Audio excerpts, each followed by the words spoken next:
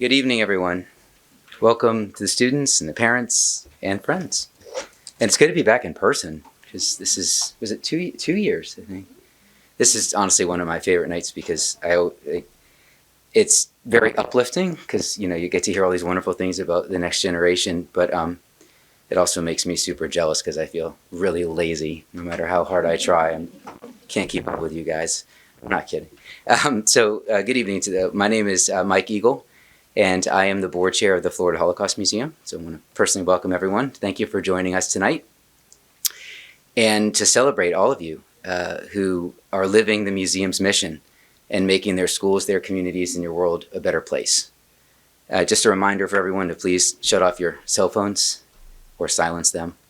I just did that because I'm famous for the ring up here. So this really is one of my favorite nights, and one of the favorite nights for the museum. If you've been concerned about our future, then show up here and it'll change your mind. If these are our future leaders, we are really in fantastic shape. And I'm the grandson of Holocaust survivors, so I am particularly heartened to see all of you embodying one of the essential lessons that my grandparents taught my brother and me, that even in the worst of circumstances, the good in people will always overcome the evil. My existence is a testament to that concept. And to begin our evening, can we have a round of applause for all of the wonderful humanitarians tonight?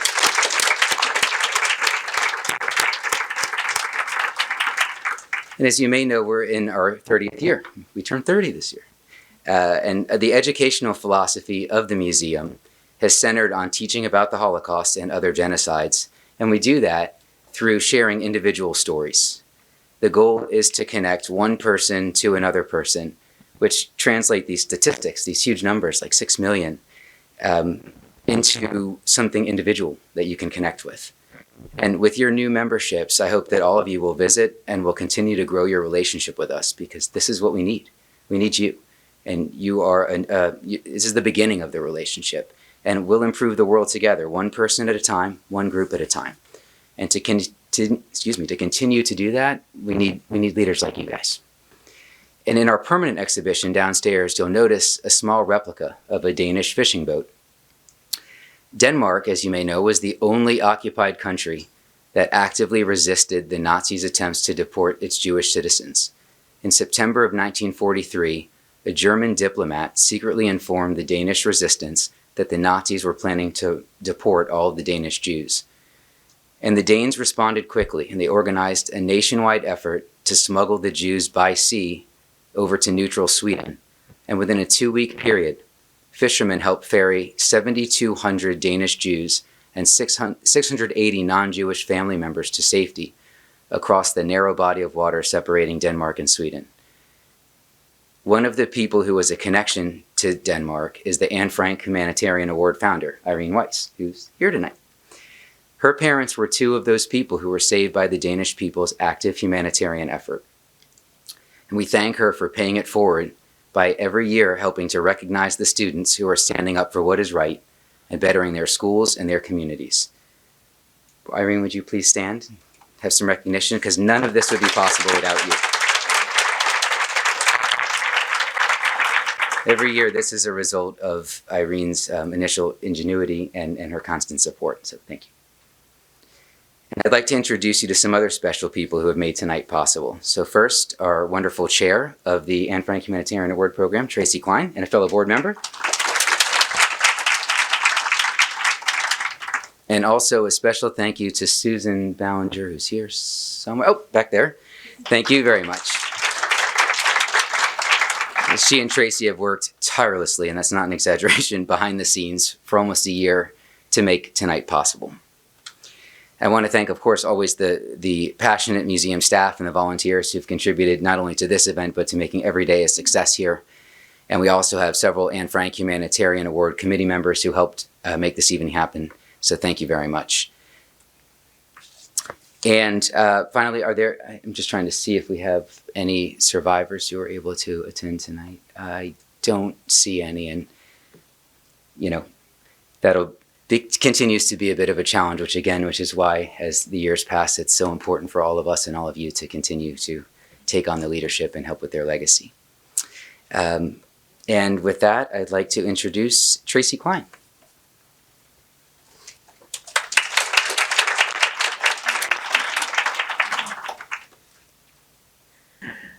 This year, we are celebrating the 21st anniversary of the Anne Frank Humanitarian Award program.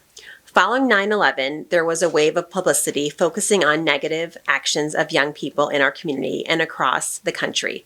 So we asked, can we focus more attention on the good of today's teens to counterbalance the negative stories that seem to dominate the news? A group of museum leaders led by Irene Weiss came together and the Anne Frank Humanitarian Program was created. I am confident that you all know who Anne Frank is. She represents the extreme of what can happen when people do not stand up to hatred and bigotry. We chose Anne as the inspiration for our program because she believed that in spite of everything that she had endured, people are truly good at heart. By recognizing the good deeds performed by our honorees, we see that they mirror the nature and spirit of Anne Frank. Each year, we, the Museum Board of Directors, look forward to honoring you. Let's begin. It is now my great honor and privilege to introduce our keynote speaker for this evening, Tampa Police Chief Mary O'Connor. Mary Elizabeth O'Connor became Tampa's police chief in February 2022 when Mayor Jane Castor appointed her as the next leader of the Tampa Bay Police Department. She had previously served the city of Tampa for 22 years in the police department. Chief O'Connor is most proud of the positive impact she's had on countless lives from community members to police officers. She continues to build on a legacy of success left by those who came before her while serving the city she loves. Chief O'Connor? Thank you. Thank you. Such an honor to be here with you tonight. I'm so proud of all of you, and I just have a couple of words of wisdom as you go forth and serve your communities proudly. It's an honor to be your keynote speaker tonight at this honorable award, and thank you for all you did to create this award. Let me begin by pointing out to each of you, and I certainly don't need to point this out to your parents because they already know this fact, that life goes by very quickly. It goes by in a flash, and you only have one chance to do this, and you only have one chance to do it right. And if you're here tonight, it's because you're already showing that you're doing it right. Right is not difficult of a concept. Right is simple. It starts with being human. Anne Frank, like so many children whose life stories were cut short by genocide, reminds us of our simple responsibility to be human. I believe, as Anne Frank did, and I quote, "How wonderful it is that nobody need wait a single moment before starting to improve the world." Think about that quote for a moment. No one needs to wait a single moment. She was saying, don't wait for someone to tell you to start. Go blaze your trail. Go ahead and start improving the world now and make it a better place for your bright futures and the bright futures of our generations to come. Being here tonight exemplifies the sentiment of Anne's mindset when she wrote those words in her diary. She was speaking to all of you, the future leaders of our world. When I started my public service career as a law enforcement officer in 1994, yes, I just dated myself. I know most of you weren't even born yet. As a matter of fact, none of you were born yet. Great, thanks for that. But long ago, and as the years went on and on over the years, the most fundamental thing that resonated with me throughout my career is that the smallest bit and act of kindness can have such an impact on someone's life. And you don't even realize it at the time. You don't see the benefit right away. But through these small acts, you are making the world a better place. Take every opportunity you can as young people to give back and share these acts of kindness, because that small act of kindness is going to come back to you full circle. I promise you that it will. To your parents and family members that are here to support you tonight, Anne wrote to you too in her diary. Parents can only give good advice or put them on the right paths, but the final forming of a person's character lies in their own hands.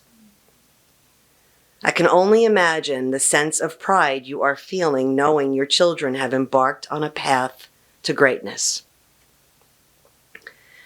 Students, you're going to endure many difficult things in your lifetime, but I want you just for a moment to take a look around you. You're surrounded by kind-hearted, good human beings. Wherever your path leads you, continue to hold true to the nature and spirit of Anne Frank, who, despite everything that she endured, as difficult as it was, she wrote in her diary, "In spite of everything, I believe people are truly good at heart, and that good is here tonight in all of you." Thank you so much, and congratulations to all of the award recipients.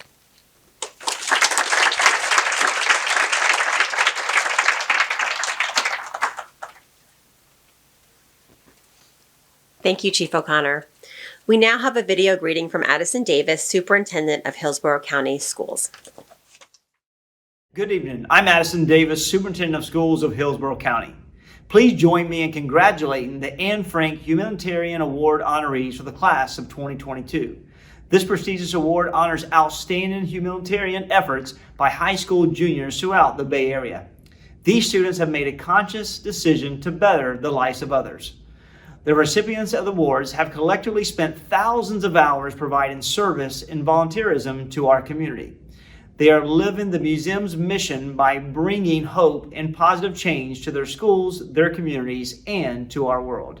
The honorees are first recommended by their school principals or guidance counselors, and I'm proud the Anne Frank Humanitarian Award Committee has chosen to recognize so many of our students. Congratulations again to these extraordinary honorees. Before we begin the individual award recognition, let me briefly describe the process we use to choose the honorees. This award is presented to one junior at each high school in the 5-county area: Hillsborough, Pinellas, Pasco, Sarasota, and Manatee. Each honoree was nominated by his or her principal, guidance counselor, or teacher to be recognized for making a difference in the lives of others.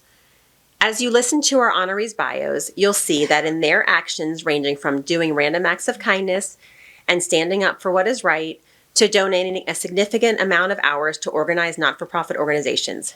We recognize the humanitarian spirit of all of our honorees. All of you make our world a better place.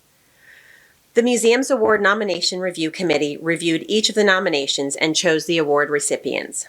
Each of our honorees receives an award certificate and a 1-year family membership to the museum, as well as a personalized inscribed glass plaque. This year, each honoree will also receive their own copy of the Diary of Anne Frank. We hope that your families will use the museum membership and will support the museum by renewing it next year at this time. And now I'd like to share a little about the person who is our program's namesake, Anne Frank. On Monday, July 6, 1942, Anne Frank was awakened at 5:30 in the morning.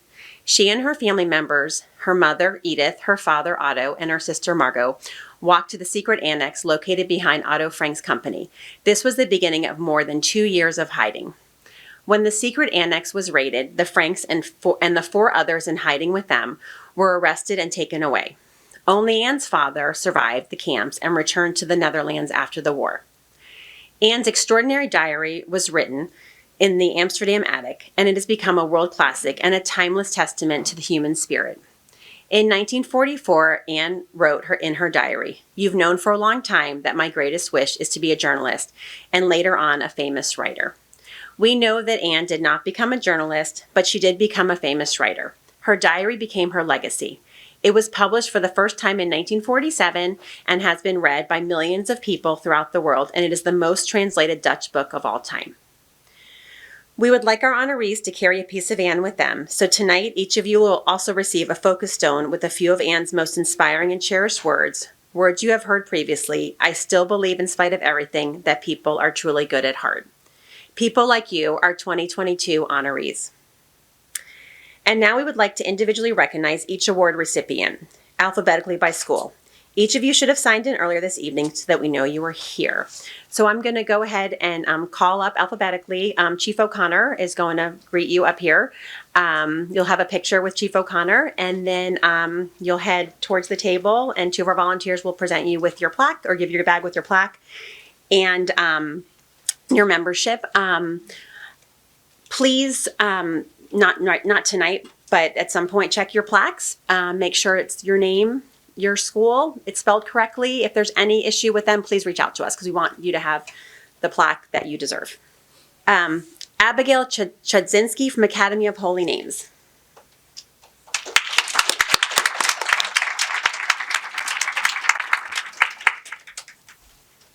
Congratulations.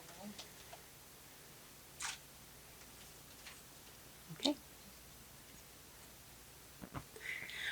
Abbey witnessed firsthand the effect cancer has on an entire family when she helped take care of her 4 siblings while her mother was recovering from surgery. This frightening time in her life inspired her to look for opportunities to help others in the same situation. She became involved in Cross Out Cancer, an organization exclusively coordinated by Tampa Bay students who run cross country and now serves as the executive director. The group organizes an annual 5K race. All proceeds and donations go to Johns Hopkins All Children's Hospital to help families of children undergoing treatment for pediatric cancer. Even with the challenges the group faced with COVID, under Abby's leadership, Cross Out Cancer raised over $65,000. During the school's 2021 Service Project Week, Abbey helped organize packages for the Children's Cancer Center and went to the site to help clean and disinfect the play areas. Abigail shows a level of mindfulness beyond her years and is motivated by kindness and compassion. Congratulations, Abigail.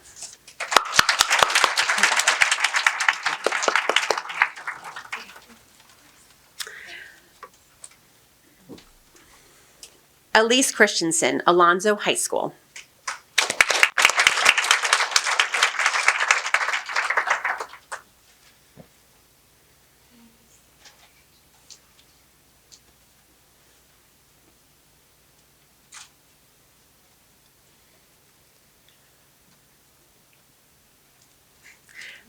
Elise has channeled her passion for sports into helping others be the best they can be. She works to model teamwork and sportsmanship. As a swim instructor, she has encouraged underprivileged children and teens to overcome their fear of water and learn the basics of swimming and feel confident in their abilities.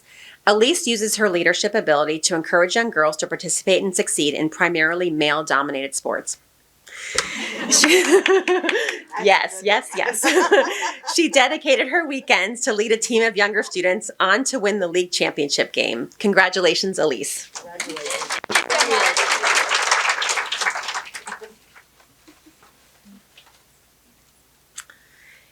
Abbey Dempsey, Berkeley Prep School.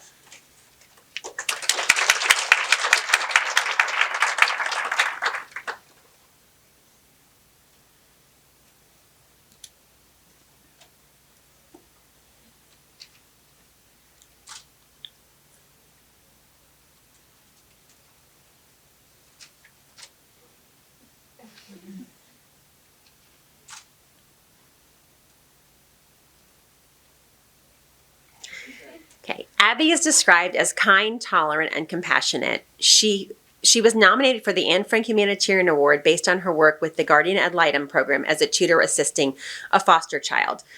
The Guardian Ad Litem program is committed to 5 core values: commitment to children, communication built on trust, collaboration, collective empowerment, and courtesy.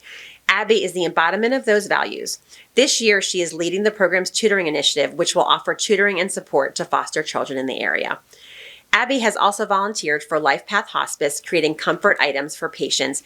These small, thoughtful items offer patients in hospice care, comfort, and more. Congratulations, Abbey.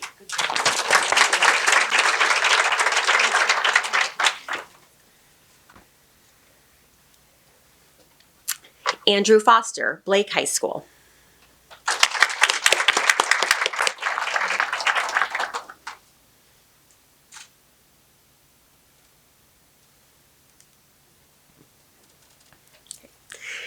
Andrew's driving force is his ability to see the world from the perspective of others. He sees a need in the world for individuals to step up and make a positive impact on the community around them. Because of this perspective, Andrew has amassed over 300 volunteer hours serving the community food pantry. His leadership inspires others to emulate his dedication. His supervisor tells us that his hard work always shows at the pantry. He's a skillful leader and a great team player. He is willing to learn and greets challenges with enthusiasm. "I want Andrew on my team" is heard often when delegating responsibilities. An outstanding scholar, Andrew participates in numerous school clubs and organizations, including the National Honor Society, where he participates in community service programs. He serves as an acolyte at Espiritu Santo Catholic Church. Congratulations, Andrew.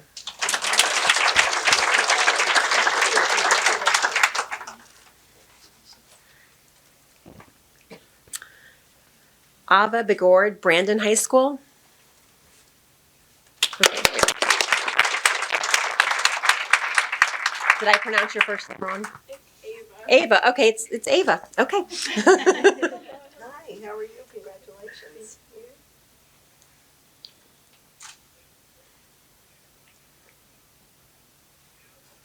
Okay. A stellar student, Ava positively impacts the lives of all around her. One of her teachers says she's an amazing student and has a huge heart to empower and help others. In the classroom, she helps classmates with rigorous AP and honors coursework. As a varsity multiple sport athlete, Ava serves as an inspiration to her teammates on and off the field, demonstrating teamwork and natural leadership. She holds a leadership position in the Bloom Girls Club, which focuses on the empowerment of women and volunteers to assist with campus events such as JROTC competitions. Outside of school, she pursues her desire to help by volunteering at the Humane Society of Tampa Bay and is waiting to be accepted into the Moffitt Cancer Center Summer Volunteen Program, where teens experience an introduction to healthcare careers while receiving hands-on volunteer experience. Ava exhibits great talent to help motivate and lead others and a heart for service. Congratulations, Ava.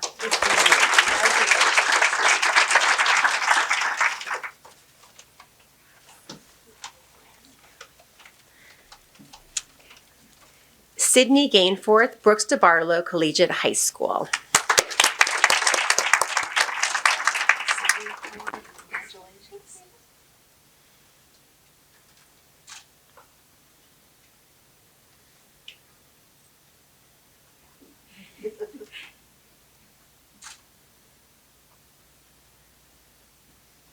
Okay. Sydney is seen as a student leader and role model at school. She always has a positive outlook and strives to be the best version of herself to help others. She is active in organizations helping others on campus and in the community. Inspired by the challenges faced by her young sister, Sydney dedicates most of her time to helping others with similar struggles through the I Can Shine program, which helps children with disabilities learn how to ride bicycles. She volunteers at Quantum Leap Farm, working to promote and improve physical, mental, and social well-being for children and adults with special needs using activities with horses. At school, she started the American Sign Language Club to help her peers learn to communicate with the hearing impaired and provide a more inclusive environment. Congratulations, Sydney.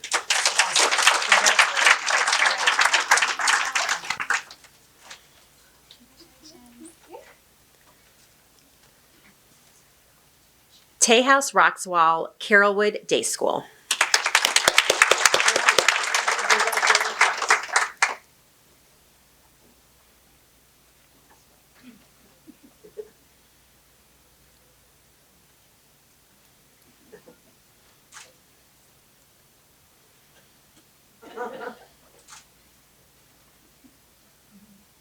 All right. Okay. All right, there we go. Third time was the charm.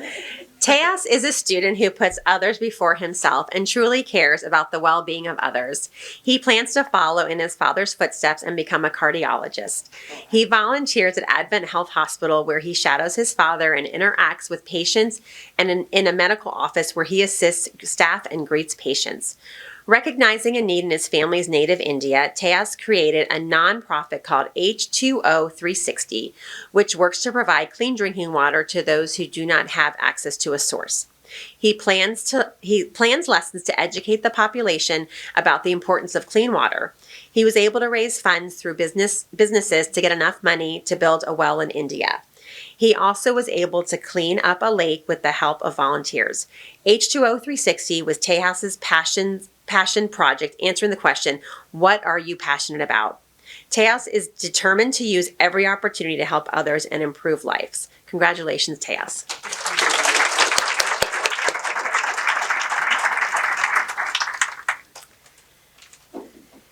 Isabella Rivera Sum, Chamberlain High School.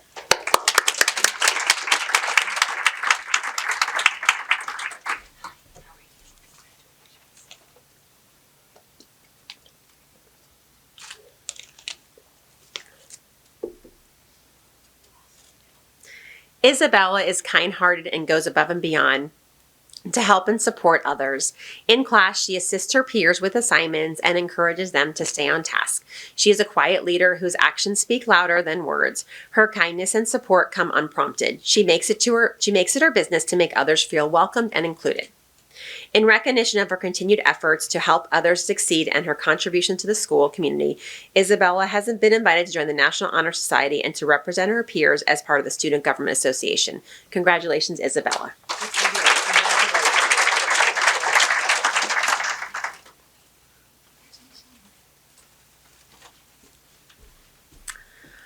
Aliana Hoya, Gaither High School.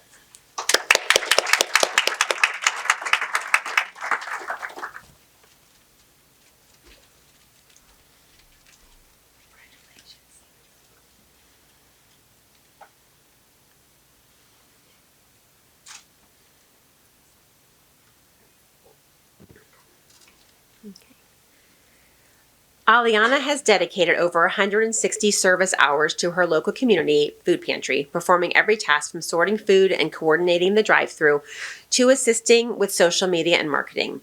She is a member of the internship program where she is learning to take a leadership role supervising other volunteers. At school, she serves as president of the Key Club. Under her leadership, the club has participated in events with Feeding Tampa Bay, as well as campus beautification projects. She participated in the Gaither Friends chapter of Best Buddies, a project that fosters one-to-one friendships between high school students with and without intellectual developmental disabilities. The Best Buddies high school program helps break through social barriers at an important time in a young person's life. Aliana learned from her parents to treat everyone with kindness and respect and believes that equal access to food and health care is a basic human right and expresses that philosophy through her daily actions. Congratulations, Aliana.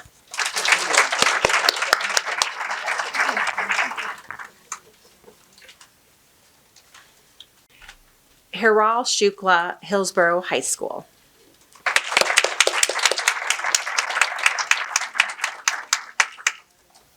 Did I pronounce your first name right? Hero. Hiral. Thank you. I will say it right next time. Congratulations,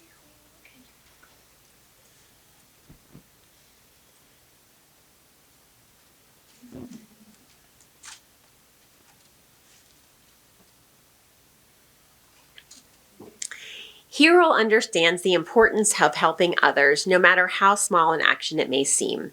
She knows a simple act of kindness can make a huge difference in the life of someone who is struggling. When her mother was recently diagnosed with cancer, Hiral took over many family responsibilities and obligations, but remains positive, hardworking, open-minded, and creative. As a volunteer at Metropolitan Ministries, she helps serve food to the homeless and enjoys providing companionship. She seeks out those her own age and offers them a listening ear. She also volunteers at the Museum of Science and Industry, helping children learn about STEM subjects. She has been recognized by her supervisors for donating more than 70 hours of volunteer time. Hiral shoulders more responsibility than many adults and handles them with grace and resilience. In school, she strives for perfection. At home, she remains adaptable and upbeat. And in the community, she is a compassionate and understanding helper. Congratulations, Hiral.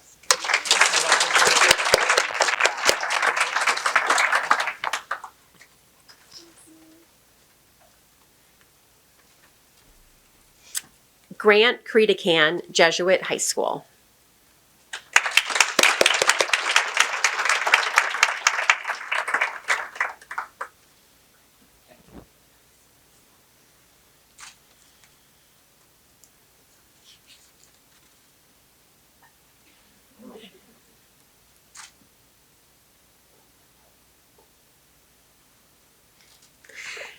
Grant has an empathetic heart that motivates him to help others. He most enjoys when his service allows him to make direct connections with individuals, and he seeks out opportunities to better the lives of others. Grant became involved in the Good Samaritan Project in 7th grade. With that organization, he has worked on multiple projects through the Tampa Bay area. He helps individuals through equine therapy for the disabled, assisting the elderly with everyday tasks, and even offering manual labor to complete projects. He is active in the Agman Christie School Service Club, dedicated to serving the community, and has volunteered at Metropolitan Ministries. Grant is a student ambassador for Believe With Me, serving Gold Star families. His responsibility as a student ambassador is to promote awareness and while providing service to those families. He works to bring hope and help to the families of fallen soldiers struggling with their loss. Congratulations, Grant.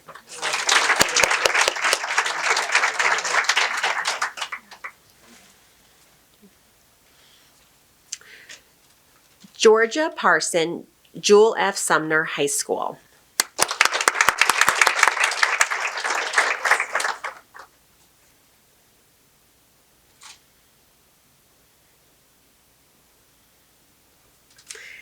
Georgia truly has a heart for helping and strives to be friendly to everyone who comes her way. It brings her joy to impact others in a positive way.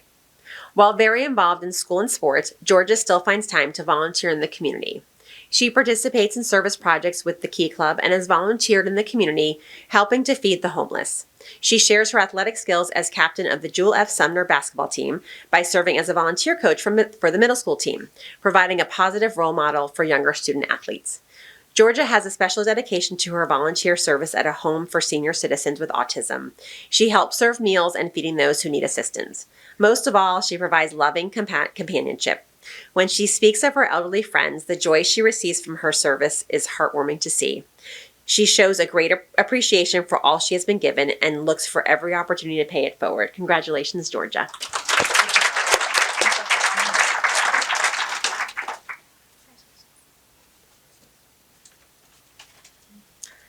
Suraj Raghunathan, Middleton High School.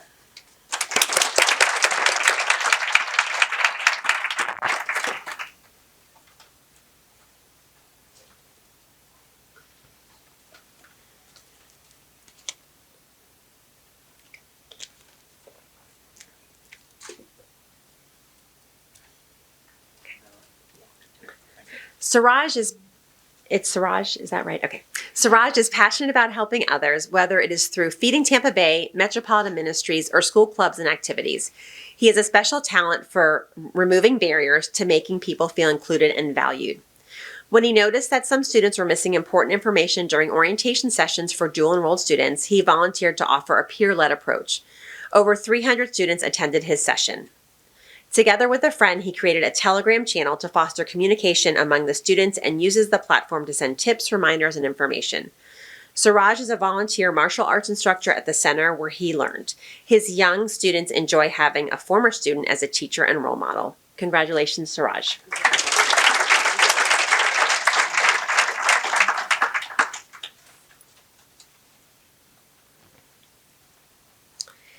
Annabelle Vega, Newsom High School. Right here. Okay. I don't think Annabelle's here. Okay. Haley Parkus, Plant City High School.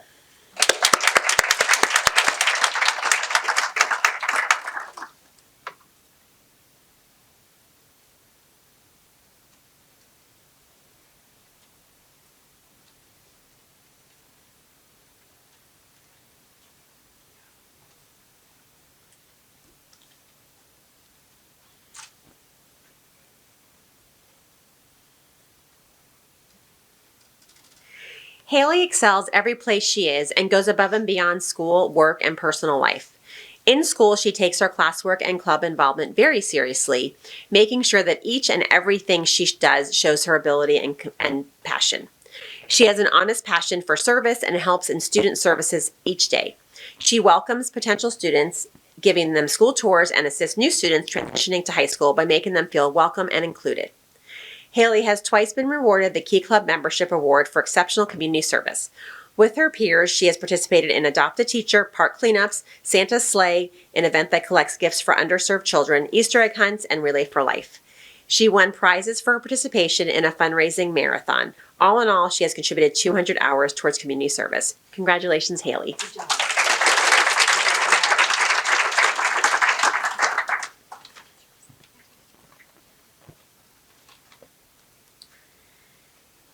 Kennedy Wesley, Sickles High School.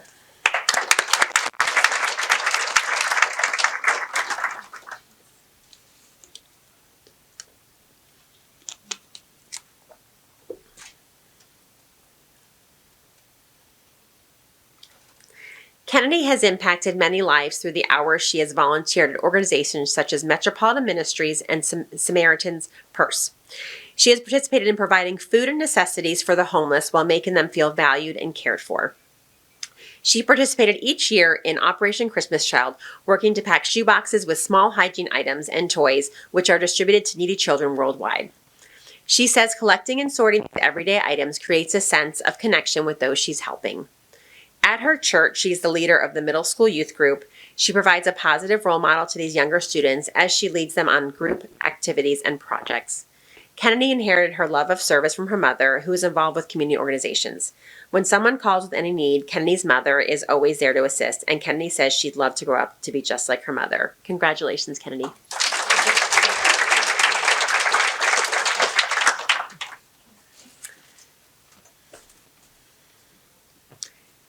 Kiera Taylor, Spoto High School.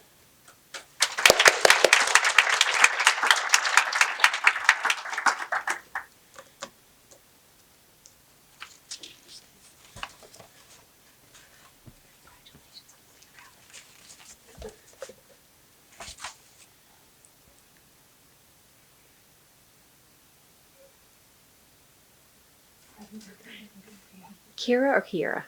It's Kira. It's Kira. That's what I thought. Okay. Kira has a natural talent for making others feel welcome and at ease. As head of the Collegiate Ambassador Program, she has made positive impressions on prospective students and their parents. She makes the effort to encourage those who appear uncomfortable and quickly wins them over with her openness and enthusiasm. Kira has been instrumental in creating a welcoming and inclusive environment through the compassionate understanding she offers students and parents who have come to her with their concerns.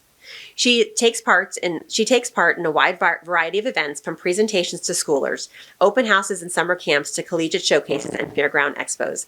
Outside school, Kira helps a local co-op providing food pass-outs in the community and is a regular volunteer for Shriner Foundation events. Congratulations, Kira.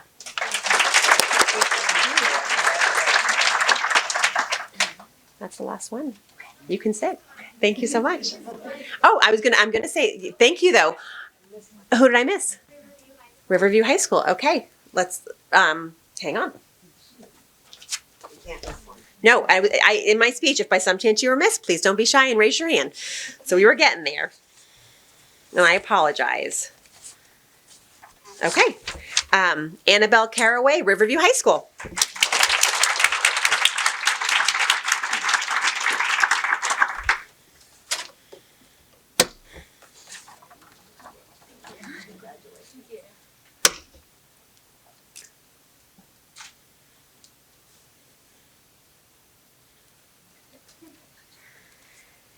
Annabelle has been a dedicated member of the Riverview High School Key Club since her freshman year and now serves as president. Riverview's Key Club was named the 2021 Florida Club of the Year for giving over 3,000 hours of community service in a year where in-person events were limited. The club has volunteered with local organizations such as Seeds of Hope, Feeding Tampa Bay, and Keep Tampa Bay Beautiful. Last summer, Annabelle volunteered at the Osprey Observer community newspaper as a news writer intern. Her articles promoted volunteer opportunities in the community and supported fundraising efforts by the local Girl Scout troops and the Brandon Women's Center. Annabelle is committed to giving back to the community that has helped her grow in character and responsibility. Congratulations, Annabelle.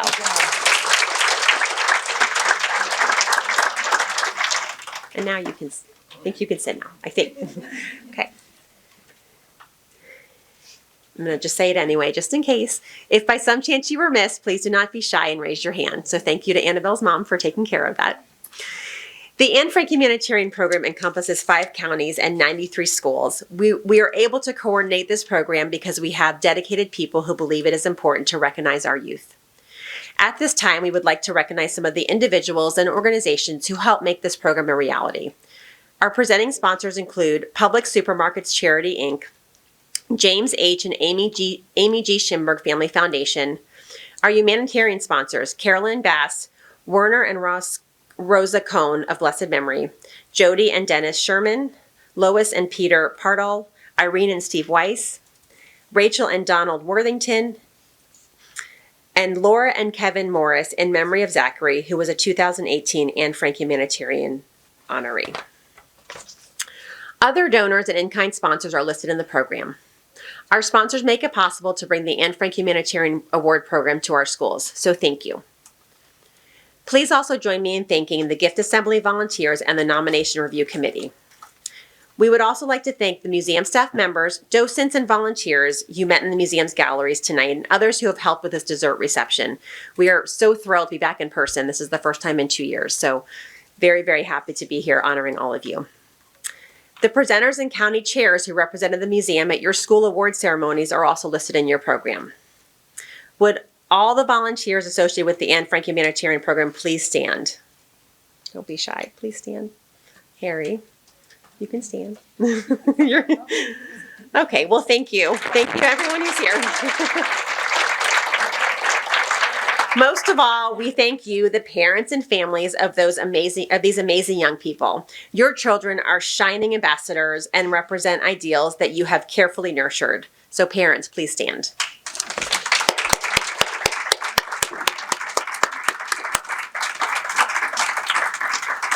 Thank you.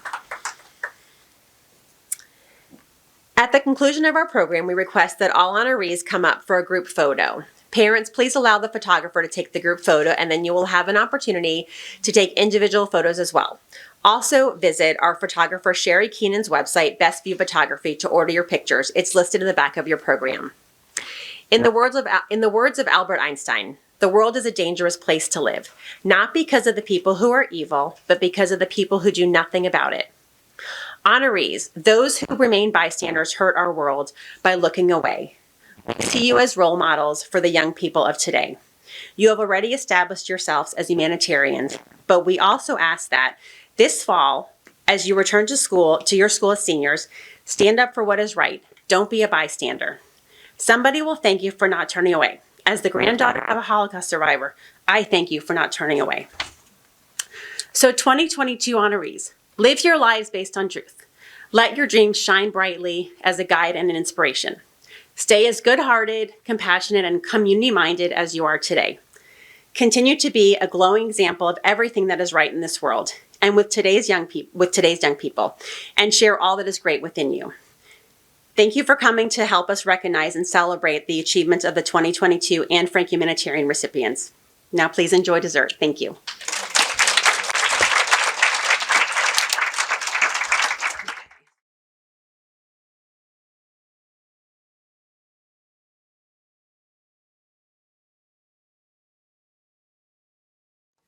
Good evening, everyone.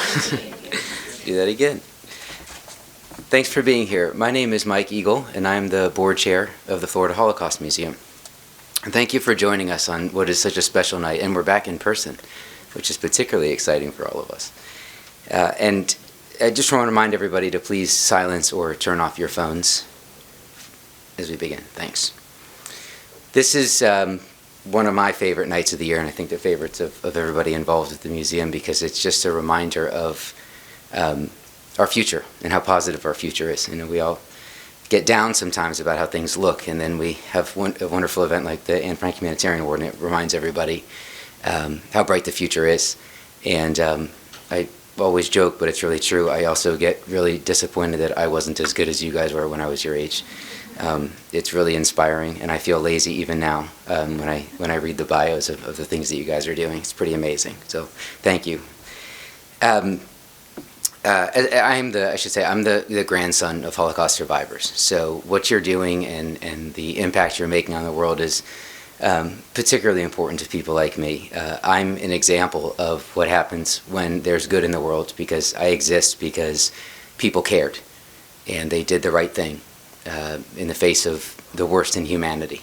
And so it means a lot to me anytime I see anybody act like an upstander and do the right thing, and that's what all of you exemplify. So that is a lesson that my grandparents taught my brother and me, and one that I embody every day. And so I just want to thank you all from the bottom of my heart for all the work that you guys do. It's really, really inspiring, not just to your parents, to everybody who learns about you. It's just phenomenal. And you know, for 30 years at the museum, we're in our 30th year this year, the educational philosophy has centered on teaching about the Holocaust and the lessons of the Holocaust through individualizing. Because when we have a tragedy on the magnitude of the Holocaust. It's impossible to try to absorb it sort of at a high level conceptually when you think of things like 6 million people. It sounds horrible, but then when you think of it on an individualized basis, that's when you really start to make some form of connection, even a little bit, with the atrocity, but also the stories of perseverance. And this is how you connect, and this is how we teach. And the story of sort of not only Anne Frank, but the Danish rescue is really at the core of one of these wonderful examples. In our permanent exhibition, you will notice downstairs on the first floor a replica of a small Danish fishing boat. And Denmark was the only occupied country that actively resisted the Nazi regime's attempts to deport its Jewish citizens. And in September 1943, a German diplomat secretly informed the Danish resistance that the Nazis were planning to deport the Jews. And the Danes responded quickly. They were upstanders. They organized a nationwide effort to smuggle the Jews by sea to neutral Sweden. Within a 2-week period, fishermen helped ferry 7,200 Danish Jews and 600 non-Jewish family members to safety across the narrow body of water separating Denmark from Sweden. And one of the people, is Irene here tonight? She's not. So one of the people who has a direct connection, and again, to teach you that individualization, is actually the founder of the Anne Frank Humanitarian Award, is Irene Weiss, who's a former board chair and still very involved in the museum. Her parents were two of those people that were saved by the Danish people's humanitarian efforts. And Irene wanted to pay that forward, and that's why she was inspired to found this award. And so I think, again, it's one of those prime examples of an individualized story teaching you such an important lesson and teaching you the importance of doing the right thing in a difficult situation. And I hope that all of you take your memberships that you're going to have here and continue your relationship with us, because it's people like you, and I'm not exaggerating, that are going to make the difference hand in hand with people like us. And so I really hope that this isn't just one night here for you, and this is really the beginning of a strong relationship with us, because you're exactly what we're looking for. That's why we found you. So, and I want to introduce and thank some other people who are instrumental to this evening and to this award. First, we have one of our co-chairs here. Sorry, Vicki Weissman, so you could stand and say thank and take some applause. Also, a special thanks to Susan Ballinger, who's our FHM program. There she is, program coordinator. And she and Vicki and our other co-chair, Traci, have worked behind the scenes for almost a year. They start right after this ends every year to make tonight possible. And I always want to thank our very passionate museum staff and volunteers who've contributed to making this event a success, and it continues to grow into a success. We also have several Anne Frank Humanitarian Award committee members that help out this evening. So with that, I want to turn things over to Vicki Weissman. And thank you for being here.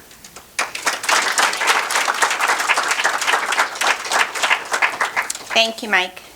I'm so happy to be here. It's been a few years since we were able to do this in person, so thank you for all coming. This year we are celebrating the 21st anniversary of the AFHA program. Following 9/11, there was a wave of publicity focusing on negative actions of young people in our community and across the country. So we asked, can we focus more attention on the good of today's teens to counterbalance the negative stories that seem to dominate the news? A group of museum members, led by Irene Weiss, came together and the AFHA program was created. I am confident that you all know who Anne Frank is. She represents the extreme of what can happen when people do not stand up to hatred and bigotry. We chose Anne as the inspiration for our program because she believed that in spite of everything that she had endured, people are truly good at heart. By recognizing the good deeds performed by our honorees, we see that they mirror the nature and spirit of Anne Frank. Each year, we and the Museum Board of Directors look forward to honoring you. Let's begin. It's now my great honor and privilege to introduce our keynote speaker for this evening, State Senator Jeff Brandes.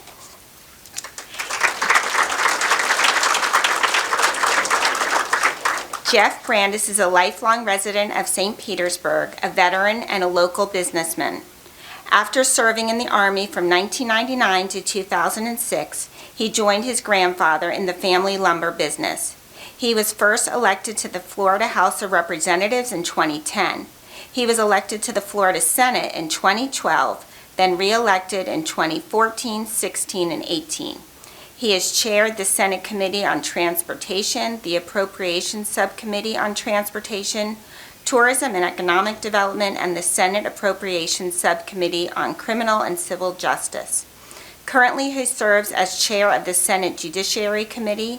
He is nationally recognized as a policy leader in the areas of autonomous vehicles and mobility, flood insurance, and criminal justice reform. Senator Brandis and his wife Natalie have 4 children: Charlotte Lottie, Elizabeth Lizzie, who are here with us tonight, Colin, and Connor. Senator, I'll let you speak. Thank you. Thanks. Honor to be with you. And you heard a little bit about my background. You didn't know, you probably heard that I grew up in St. Petersburg. I went to Northside Christian School from kindergarten through 12th grade. My mom was the first teacher hired at that school, and she ultimately became the headmaster of the school. And so going through kindergarten through 12th grade there, I joined the Army 7 days after high school, mostly to get away from her. I spent quite a few years in the military. I spent 2003, 2004 in Iraq with the 101st. Came back and thought, what am I going to do with my life? I thought I was going to come back and work for my family lumber business. My grandfather had started that business in the 1940s, and they promptly sold it. And so I had to figure out, what do I do next? Well, I had read this little book called Capitalism and Freedom by Milton Friedman while I was in Iraq.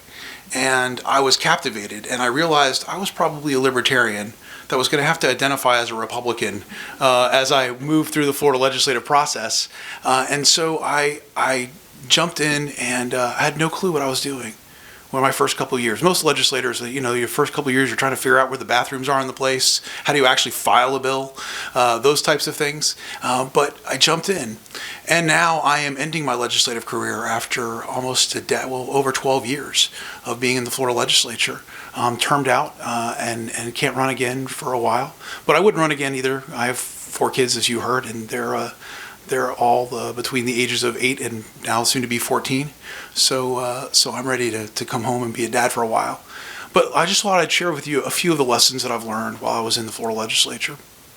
One thing, and probably the most important thing, and the one I think hopefully you'll take away as kind of the big lesson, is that to be successful in the legislature, and frankly to be successful in life, I believe, you need a vision and you need a champion.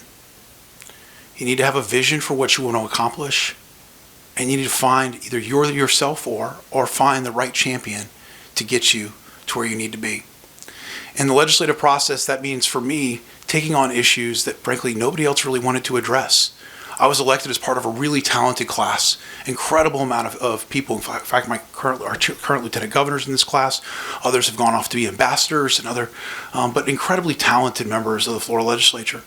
And so I had to figure out, what do I do in order to stand out from this class of incredibly talented people?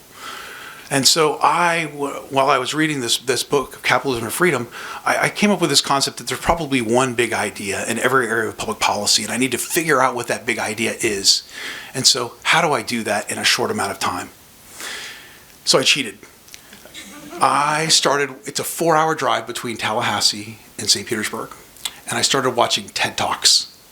And I watched hundreds and hundreds of TED Talks until I came across Sebastian Thrun's discussion about self-driving cars. Now understand, this is 2010, 2011. Nobody in the country is talking about self-driving cars except for Sebastian Thrun and eventually me. But I talked to my legislative aide that year, and I said, I really want to work on this concept of automated vehicles. I mean, having served in Iraq and having run 75 or more combat convoys through every corner of Iraq, I realized that for me and for my soldiers would have made their lives better if we not had to be shot or mortared or IED'd, was to not actually be there in those vehicles at all. And so I thought this was the big idea. And so I talked to my legislative aide. First of all, I says, listen, you can't do that. Like, nobody in the country is talking about self-driving cars. Like, you've seen this class. Like, they're really talented, and they're going to laugh you out. So I did what any smart legislator would do. I got a new legislative aide who was not nearly as good at talking me out of things as the current one. Again, the only other people in the country talking about this was Google, right? So here I am, this freshman member of the Florida legislature, and the only people that you can talk to is the Google. So I said, hey, Google, I would like to work on self-driving cars. And they said, no, you're a freshman Florida legislator from the state of Florida. You're on the other side. Like, nobody's even heard of you. Like, we don't know who you are, anything about you. Like, no, we're not going to like trust you with this kind of new technology and rolling out a bill or a law, trying to create a law to allow this technology to flourish in your state. So I called them back 3 days later after they told me no, and I said, hey, listen, I'm going to do it anyways, and if I screw it, I'm sorry. If I screw it up, like, I'm so sorry. They called me back about a week later and said, hey, listen, okay, we see that you're serious. We really don't want you to screw it up. So we're going to help. You can have access to our legal team, and you can have access to our lobbying team. And in fact, we're going to send you a number of cars and our engineers to come educate you on this topic. And so from there, we started, and Florida became really the second state in the entire country to pass a law on the future of mobility. From there, we went on to work with Uber and Lyft and brought Uber and Lyft to Florida. It took us 4 years to get them to, not just to Florida, they were operating in Florida, but to get them legal in Florida, it took us 4 years. And so we started working on that. And then we brought in scooters and e-bikes. I'm sorry about that for those who live in St. Petersburg. We simply allow them. We didn't tell them where they had to go. But it just kind of started working on one thing and then another and then another. So the other big lesson that I learned in this process, besides what's your vision and who's your champion, is focus on one thing and learn it well. Really learn it well. In the legislative process, listen, we're going to go from working on education to healthcare to criminal justice to property insurance, who knows, right? And so most legislators are an inch deep and a mile wide. Be one of the ones that's a mile deep, that you know the topic better than everybody else. And that will serve you, because then you become the resource to your organization and indispensable, because you know that issue better than anybody else. And so that's the kind of second big lesson for me, is learn one issue better than everybody else. And finally, take on an issue that you can become truly passionate about. I was sitting on a criminal justice committee, and I was downstairs in the Florida legislature. We have the basement, the lowest committee room in downstairs, and there was just 5 of us on the committee that year. So it was a very intimate space, very intimate committee. And I remember hearing the story about an inmate.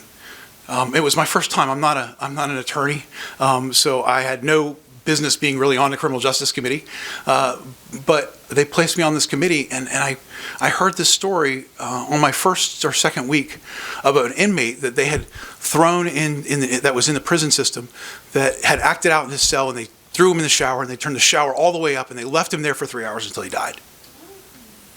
And I had this visceral reaction, like, I looked around the room, and I saw this person on my right typing on their computer and somebody else texting. And I had this reaction like I was on a plane at 30,000 feet with an engine out and nobody at the controls. And I said, well, where's this person been prosecuted? No, nobody was prosecuted. Well, what happened? He obviously passed away. And so I began to work on what was going on in the criminal justice system, what was going on in the prison system in the state of Florida. And what I came to find out after touring dozens and dozens of prisons in the state is that in Florida, 85% of your prisons are not air conditioned. That of your 80,000 inmates, half of them can't read at the 6th grade level. That in most of the prisons in the state of Florida, you have 1,500 inmates and 1 or no teachers. And that again, while most people think, oh, people are going to prison, they're going to get better. We actually don't have a prison, we don't have a Department of Corrections. We really have a Department of Warehousing. And we just warehouse people. What also people don't realize is most of these people are coming back into your community. And when they come back, they're either going to be better prepared to live and work in the community and have gotten an education and gained some skills, or they're going to have learned to be better criminals. And oftentimes, when there is no education, when inmates are idle, the idle's hands are the devil's playground, then what you end up getting is better criminals. And so we have a Department of Corrections that says we want to help correct things, but we aren't actually putting the resources, or the legislature wasn't putting the resources towards actually getting the things that needed to be done, the education, the job training, all of the facilities to actually make these individuals' lives better. So if somebody believes that you're not the worst, that you are not the worst thing that you did in one day does not define you. That character is not static and that people change. Right? You are going to change. You are going to be different at 46 than you are at 14 or 18 or 21. We all are. Character is not static and people change. And that happens to people that are incarcerated just like it happens to people that are on the outside. I have a mom who visits me. Her son's on life in prison. He was arrested once. Many states have a 3-strike law. Florida has a 2-strike law. He was arrested at 18 for drugs and then got out and then was arrested for armed robbery at 19 and is serving now life in prison. And there is, and she is this amazing woman. Every time her son moves prisons, she moves houses. And as hopeless as sometimes she seems when she comes to see me, to see the face of a mother who may never see her child outside of a prison wall, she stands there and she says, "What hope do I have that this is going to change?" And I say, "Miss Gibson, I will never stand between the love of a mother, it's the hope and desires of a mom, and working with the legislature. Like, you are the most powerful thing that could possibly happen to your son, is your advocacy and your love for your child. It doesn't end." As you are older than me, you know that it doesn't end, when they turn 18. It goes on forever and ever. And her son is 46, and I'm 46. So maybe there's something there too. But look, I think at the end of the day, you all have an ability to change the world in many ways. Focus on what's your vision and who's your champion. Find one topic and work on it in a way that nobody else does so that you become invaluable to what you do. And finally, play where nobody else is playing or nobody else dares to play. You know how many people work on criminal justice policy as Republicans in the Florida legislature? This guy. This guy. You know what that means? It means you take a lot of barbs and you take a lot of arrows. But if you believe it, if you do it because it's the right thing to do, and frankly you realize that most of your other colleagues don't know what they're talking about, then what you can do is you're invaluable to the organization because ultimately they trust what you say. And even if you don't get it done, I'm turning out, and listen, I will not tell you the prison system is radically better than when I started 5 years ago really getting into this. But just because you aren't carrying the torch doesn't mean you can't light the spark. And so with that, congratulations. God bless you. Thank you so much for the work that you're doing. I can't wait to hear your stories, and I'm going to get out of the way and let the program continue. Thank you. Thank you so much, Senator. Okay, we have another speaker tonight. I want to welcome our 2021 Anne Frank Humanitarian Award honoree and Teen Miss Florida Earth, Tatiana Santos Lopez. Please come.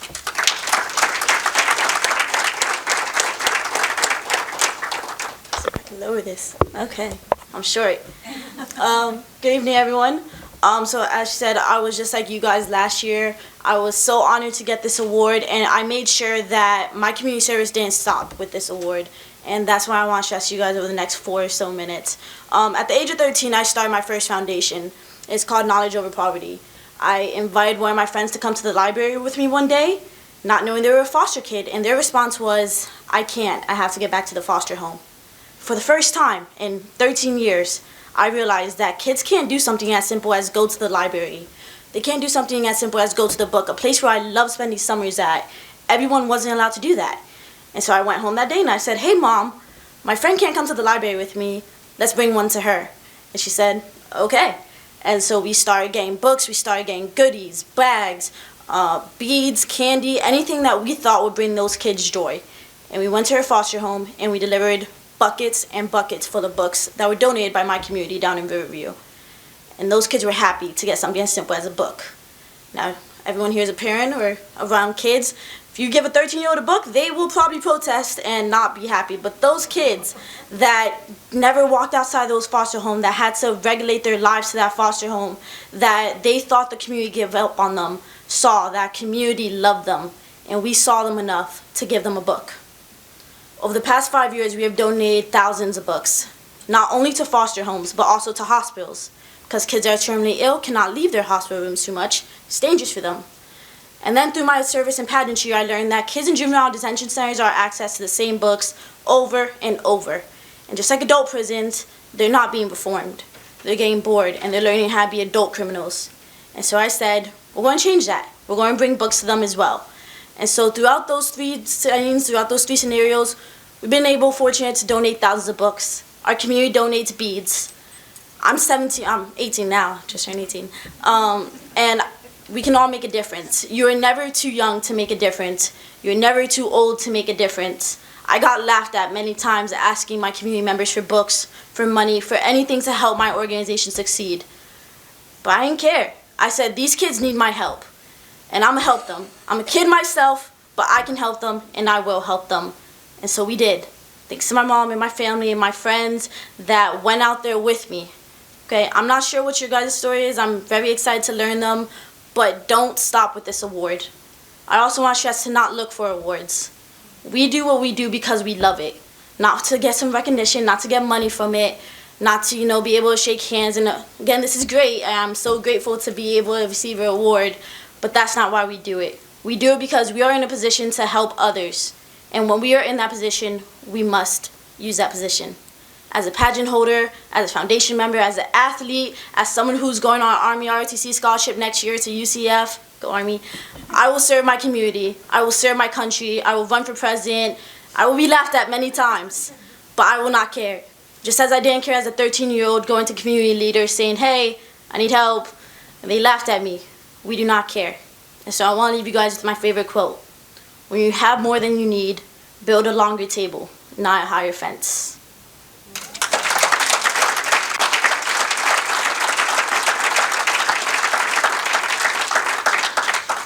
Wow, Tatiana, that was wonderful. All the years that I've been here, we haven't had a student come back and speak, and that was really special. And I'm happy to see if maybe one of you all will come back in the future. Or I also was at an award ceremony at one of the schools, and one of the senior, the person who had gotten the year before, who's a senior now, she presented it to the junior, and that was really nice to see. So anyways, to get on with our program, I just want to go through a few things. Before we begin the individual award recognition, let me briefly describe the process we use to choose the honorees. This award is presented to one junior at each high school in the 5-county area: Hillsborough, Pinellas, Pasco, Sarasota, and Manatee. Each honoree was nominated by his or her principal, guidance counselor, or teacher to be recognized for making a difference in the lives of others. As you listen to our honorees' bios, you'll see that in their actions ranging from doing random acts of kindness and standing up for what is right, to donating a significant amount of hours to organized not-for-profit organizations. We recognize the humanitarian spirit of all of our honorees. All of you make our world a better place.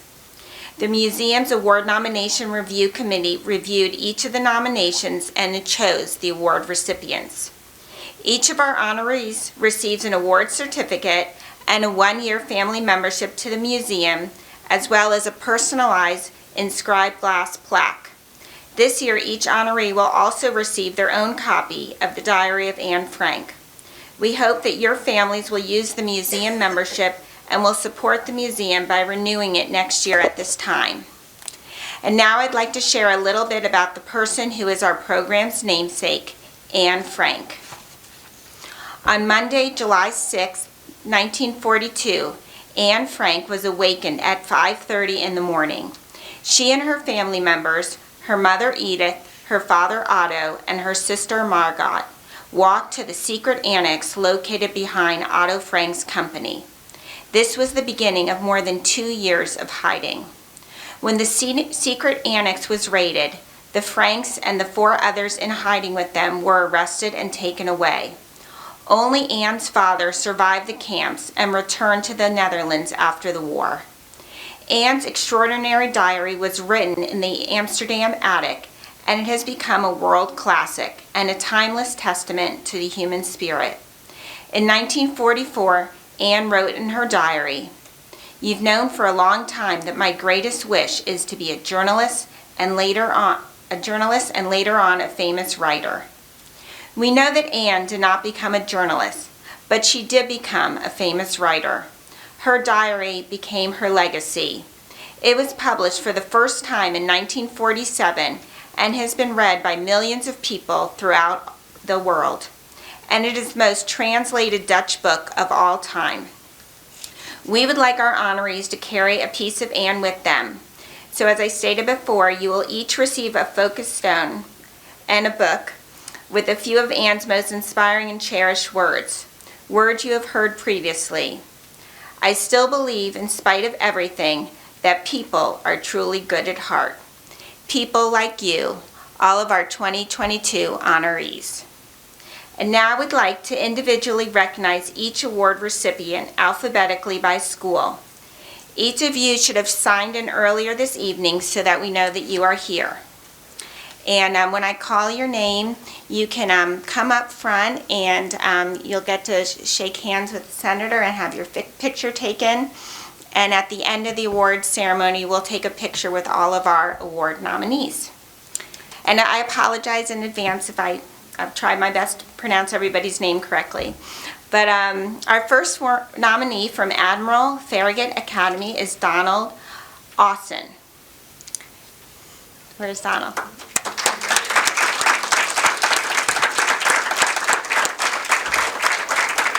Donald's motivation to help others comes from within. He simply believes that people are supposed to help each other. His guidance counselor calls him someone who walks the walk.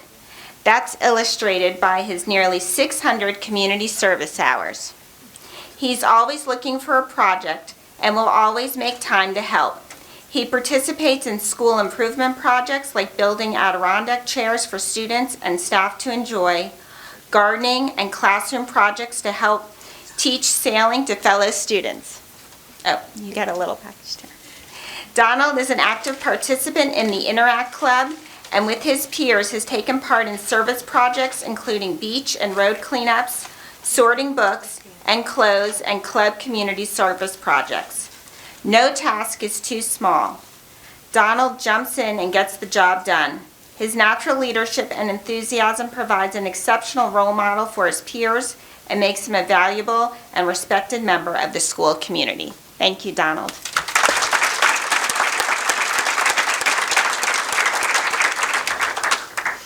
Our next recipient is Maxwell Bromas from Clearwater Central Catholic High School.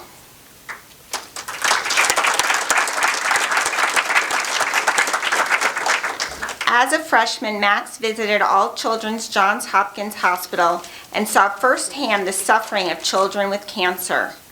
After losing a classmate to the disease, he became determined to work towards a cure. He serves on the board as an assistant executive director of the student-led Cross Out Cancer program, which raises funds through sponsored 5K runs to provide financial relief for families of children battling pediatric cancer.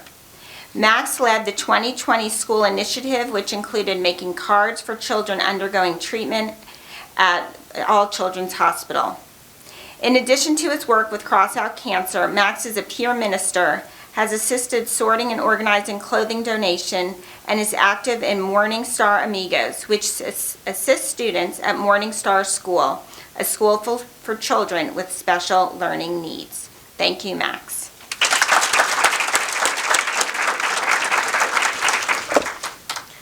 Marcus Coleman, Countryside High School.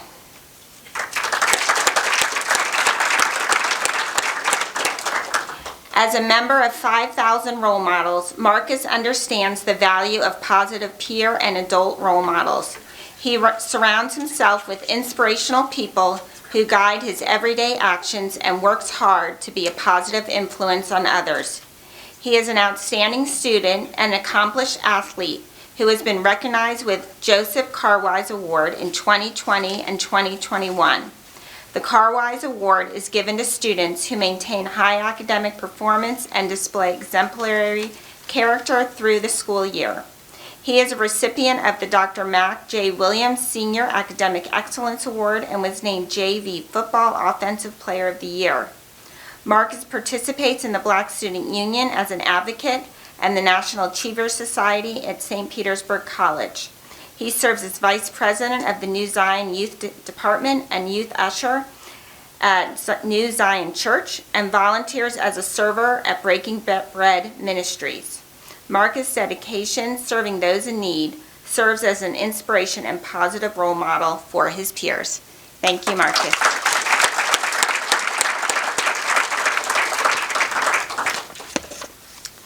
Rachel Luna, Dunedin High School.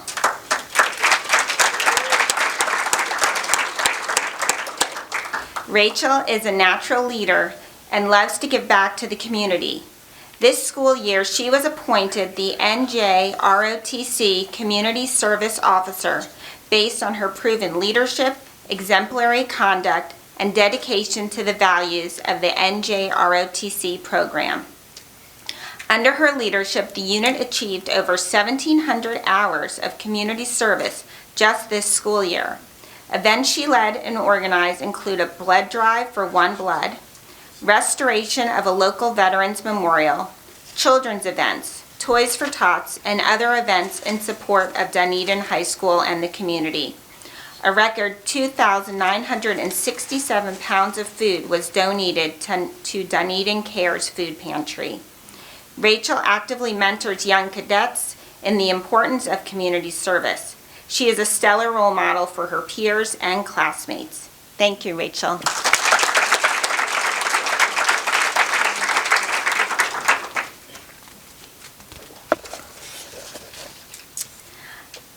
Alexa Athanasi,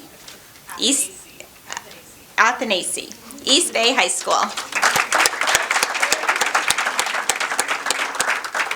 Alexa's passion for being charitable and generous comes from watching her mother, a nurse, caring for others and ensuring safety and well-being, and from remembering the kindness of the camp counselors and volunteers at the YMCA she attended as a child. She has returned to that YMCA as a volunteer and works to make sure the young campers she works with enjoy a fun and memorable experience.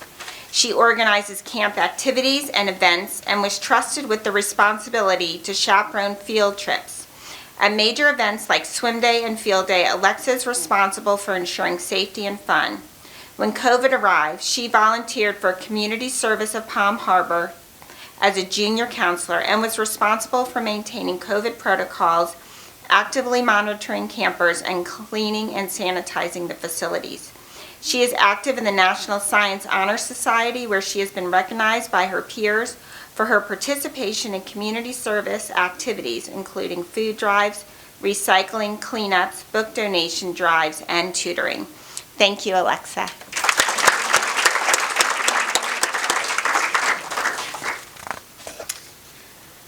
Callie Schmidt, Keswick Christian School. Callie's strong faith and conviction is her inspiration to set aside time to help others. Helping people is her calling, and she has made a profound impact on the lives of those around her. She has given up many Saturday mornings while others asleep to tutor elementary age students. Callie's character, compassion, and faithfulness make her a fine example and role model for our students. She is a gifted soccer player and is serving as a team captain for the second year. She can be relied on by her coaches and teammates to take on a leadership role whenever called upon. In addition to excelling in school and athletics, Callie volunteers at the Pasco County Fire Rescue Service. To date, she has donated well over 100 hours of her personal time to invest in the lives of others, both on and off campus. Callie's dedication to helping others sets an example of a life given to service and good works. Thank you, Callie.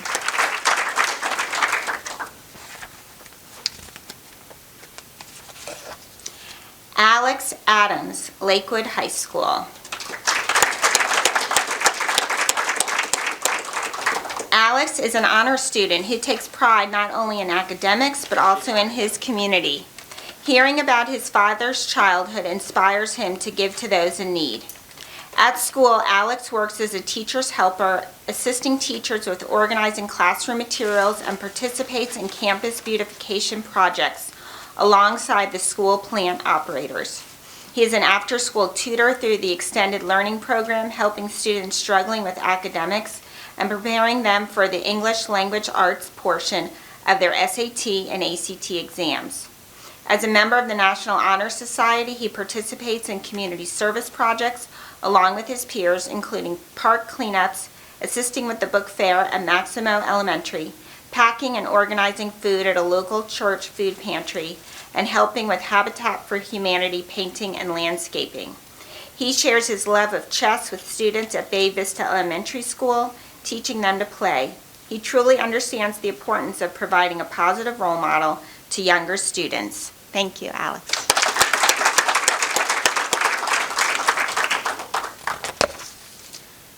Saya Zandi, Largo High School.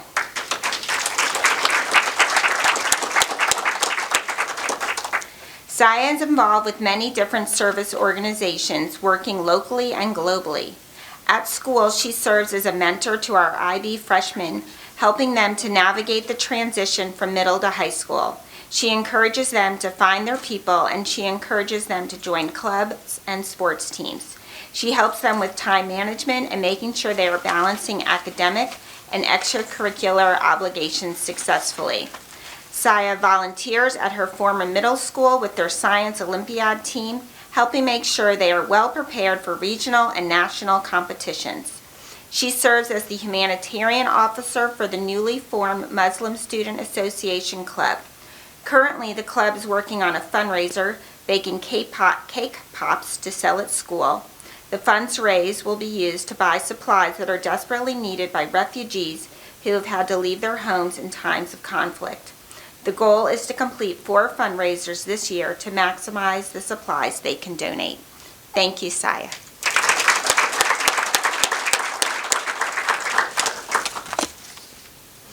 Austin White, Northeast High School.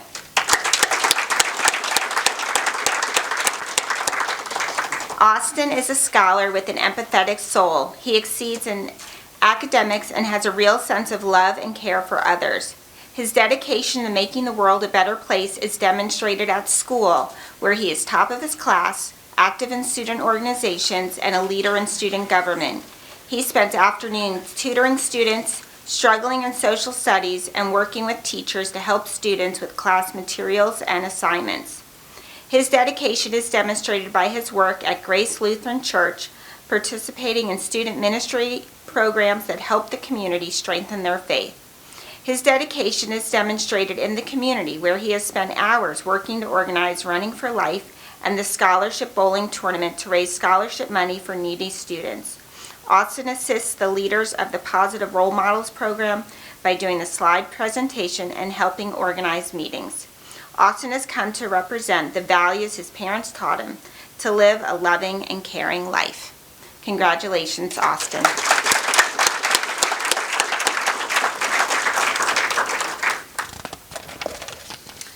Gabriela Alves, Northside Christian School.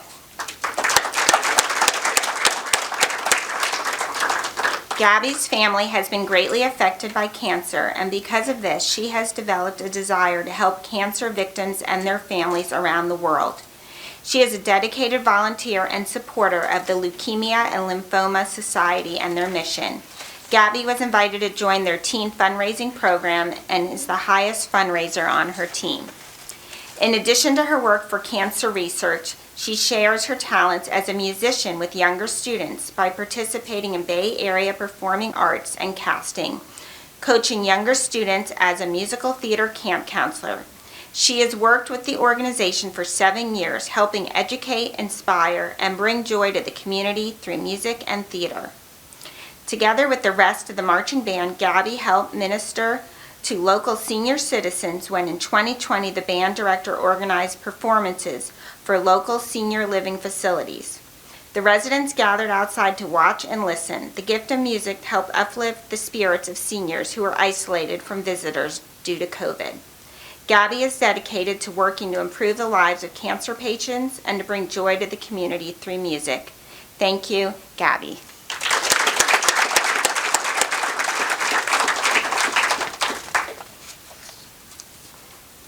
Morgan Webb, Osceola Fundamental High School.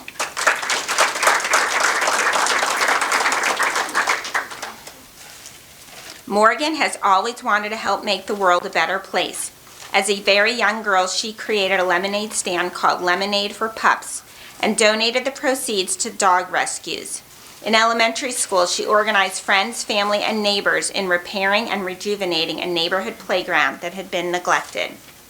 She began participating in community service projects through her church. She participated in beach cleanups, food drives, clothing donation drives, and visiting the homeless. Morgan continues to be active in the church youth group, traveling across the country to repair homes and visit with the elderly in Colorado, mentor young children in South Carolina, and assisting residents of a senior living facility in Tennessee. Last summer, she visited the Rosebud Reservation in South Dakota and learned about the Lakota people and culture while helping repair homes. This summer, she will be in Ireland, volunteering at an orphanage and working in the local community. Morgan has made a commitment to live compassionately every day and works to improve lives, the environment, and animal welfare. Thank you, Morgan.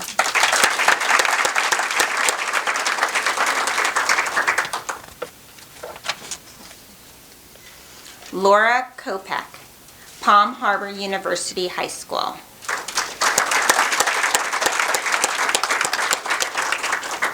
Laura comes from a family dedicated to serving others. Since 2016, they have prepared weekly meals for the residents of the Florida Sheriff's Youth Ranch.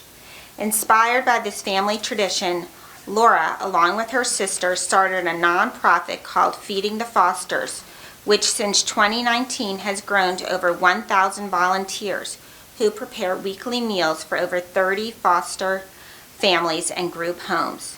Feeding the Fosters also provides gift certificates to local residents and supermarkets and raises funds to provide monthly events such as visits to amusement parks, zoos, skating, and kayaking trips. Feeding the Fosters has raised over $200,000 plus donation of gift cards for meals, groceries, and toys.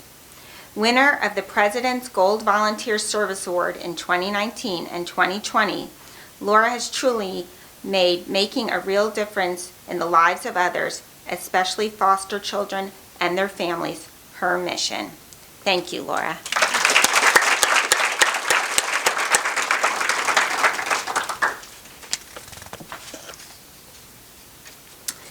Misty Schneider, St. Peter's Collegiate High School, St. Petersburg Collegiate High School. Misty is unable to see bad in anyone. When she sees news of people who have done bad things, she doesn't see a bad person. She sees someone who needs help and can change. After spending time in the foster care system, now happily adopted, Misty understands that she can be that change and works hard to give motivation and encouragement. Together with her family, Misty volunteers at community events like Trunk or Treat for foster children and at Metropolitan Ministries, providing holiday meals and collecting gifts for foster children. She's volunteered at the local YMCA, helping with summer camp and the annual reindeer run. Her goal is to become a social worker and continue her work bettering the lives of children in foster care. Her mission is to be a leader and advocate, always working to better someone's day and helping them change their lives for the better. Misty's school counselor says, Misty has more optimism for helping others and changing an ineffective system than anyone I have ever met. Thank you, Misty.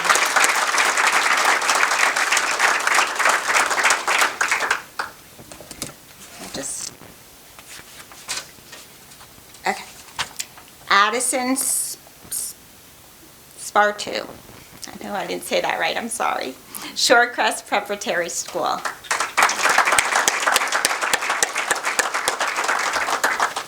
Addison truly has a heart of a humanitarian. She has volunteered over 200 hours, all of it focused on improving the lives of others. An avid crocheter who taught herself the craft at age 10, Addie spends hours crocheting blankets, hats, and baby clothes for Warm Up America, a national organization that provides handcrafted blankets, clothing, and accessories to those in need nationwide. She started volunteering here at the Florida Holocaust Museum to embrace her Israeli heritage. Her father was born in Israel. The experience exposed her to the injustice suffered by so many. She has continued to volunteer here, handing out surveys, helping guests with audio tours and directions. She also volunteers at PARC, serving those with intellectual and developmental disabilities. When given the opportunity to research a significant historical topic for a history paper, she produced a paper entitled LGBTQ+ Acceptance and Rights in South Korea in the 2000s and 2010s, proving herself a scholar dedicated to social justice. Addie's guidance counselor says her humanitarianism is more than a value or a quality. For her, it's a lifestyle. Thank you, Addie.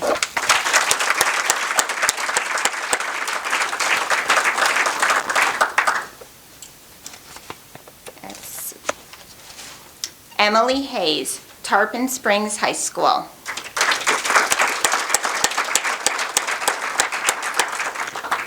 Emily's favorite community service project is working Kids Helping Kids, a student-run organization that offers free tutoring for underprivileged children. In addition to tutoring, Emily uses skills acquired in the culinary arts program to take part in Kids Feeding Kids, a group of students in the program who prepare healthy meals for the children in the tutoring program. Emily seeks out opportunities to help others everywhere she goes. She serves food and helps with groundskeeping for the Homeless Empowerment Program. She has volunteered at Hope Youth Ranch and Kitty Up Ranch, organizations that provide horse riding therapy for autistic children.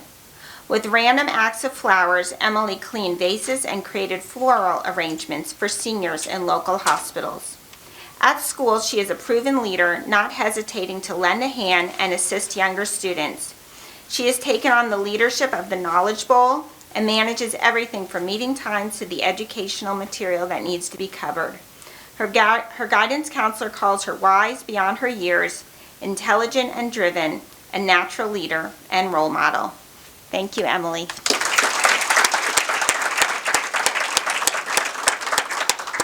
If by some chance you were missed, please do not be shy and raise your hand. Awesome. I just want to say, wow, reading all of these biographies is just really incredible and inspiring, and I'm so happy that I got to be here to recognize you all. The AFHA program encompasses 5 counties and 93 schools.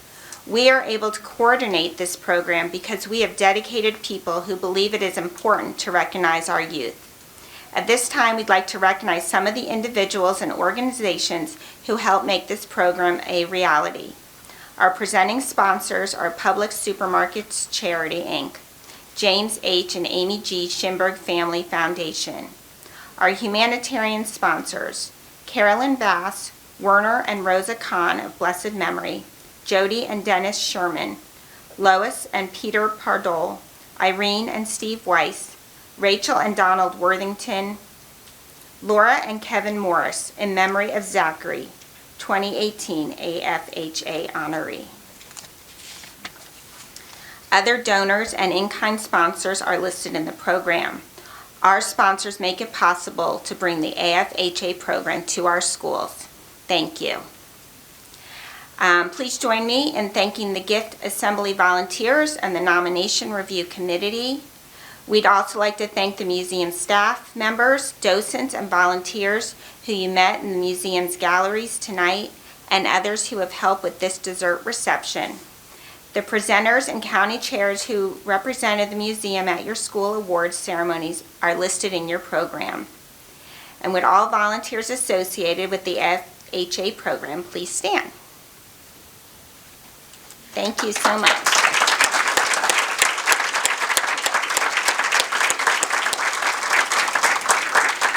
most of all, we want to thank you, the parents and families of these amazing young people.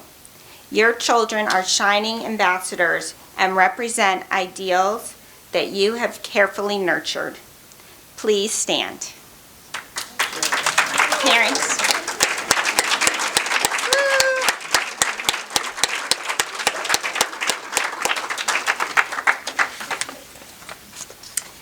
So at the conclusion of the program, we request that all the honorees come up here for a group photo. Parents, please allow the photographer to take the group photo, and then you'll have the opportunity to take individual photos as well. And you can visit our photographer Sherry Keenan's website, Best View Photography, to order your pictures. It's listed in the back of the program. In closing, in the words of Albert Einstein, the world is a dangerous place to live, not because of the people who are evil, but because of the people who do nothing about it. Honorees, those who remain bystanders, hurt our world by looking away. We see you as role models for the young people of today. You have already established yourselves as humanitarians, but we also ask that. This fall, as you return to schools as seniors, stand up for what is right. Don't be a bystander. Somebody will thank you for not turning away.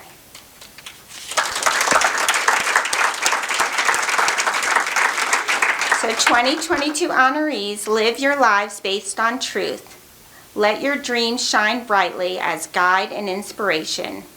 Stay as good-hearted, compassionate, and community-minded as you are today. Continue to be a glowing example of everything that is right in the world and with today's young people, and share all that is great within you. Thank you for coming tonight to help us recognize and celebrate the achievements of the 2022 AFHA recipients. Enjoy dessert, and thank you so much.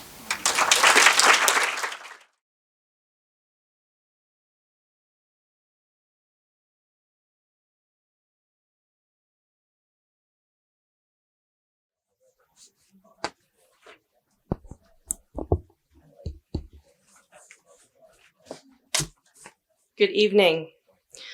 Welcome, students, parents, and friends. My name is Erin Blankenship, and I have the great privilege of being the interim executive director here at the Florida Holocaust Museum. Thank you for joining us on this very special evening to honor these extraordinary students who are living the museum's mission and making their schools, their communities, and the world a better place.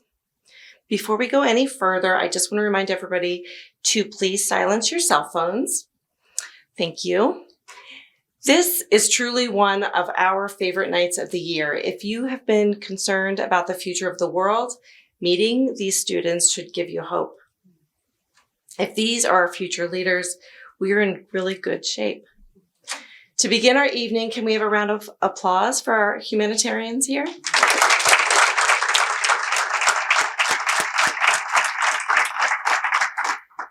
For 30 years, the educational philosophy of the Florida Holocaust Museum has centered on teaching the Holocaust, worldwide genocide, and human rights issues through individual stories.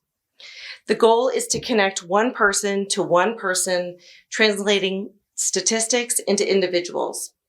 With your new memberships, I hope you'll return to the museum and experience our newest exhibition, Dimensions and Testimony, if you haven't already done so right before coming up here.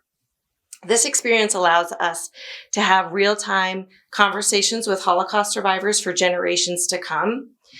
And it's been almost 80 years since the end of the Holocaust. And unfortunately, that means that we will soon live in a world without Holocaust survivors. So this technology allows us to continue to have these personal experiences of learning about the horrific event of the Holocaust through the eyes of someone who lived it. And now, if you were downstairs, you met Mary Wygotsky, a Holocaust survivor that lives right here in St. Petersburg. But in a few months, we'll premiere a Warsaw Ghetto survivor named Ed Herman, who also lives here in St. Petersburg, and later 2 more area survivors. So I hope you'll check that out. If you toured the permanent exhibition before coming up here, you may have noticed a small replica of a Danish fishing boat in the area called Taking a Stand.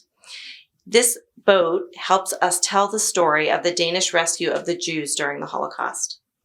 Denmark was the only occupied country during World War II that actively resisted the Nazis' regime, their attempt to deport Jewish citizens. In September 1943, a German diplomat secretly informed the Danish resistance that the Nazis were planning to deport Danish Jews. The Danes responded quickly, organizing a nationwide effort to smuggle the Jews by sea to Sweden. Within a 2-week period, fishermen helped ferry some 7,200 Danish Jews and 680 non-Jewish family members to safety across the narrow body of water that separated Denmark and Sweden. Next year will mark the 80th anniversary of this unique national rescue effort. One of the people who has a connection to Denmark is our Anne Frank Humanitarian Award founder, Irene Weiss. Her parents were 2 of those saved by the Danish people and their active humanitarian effort.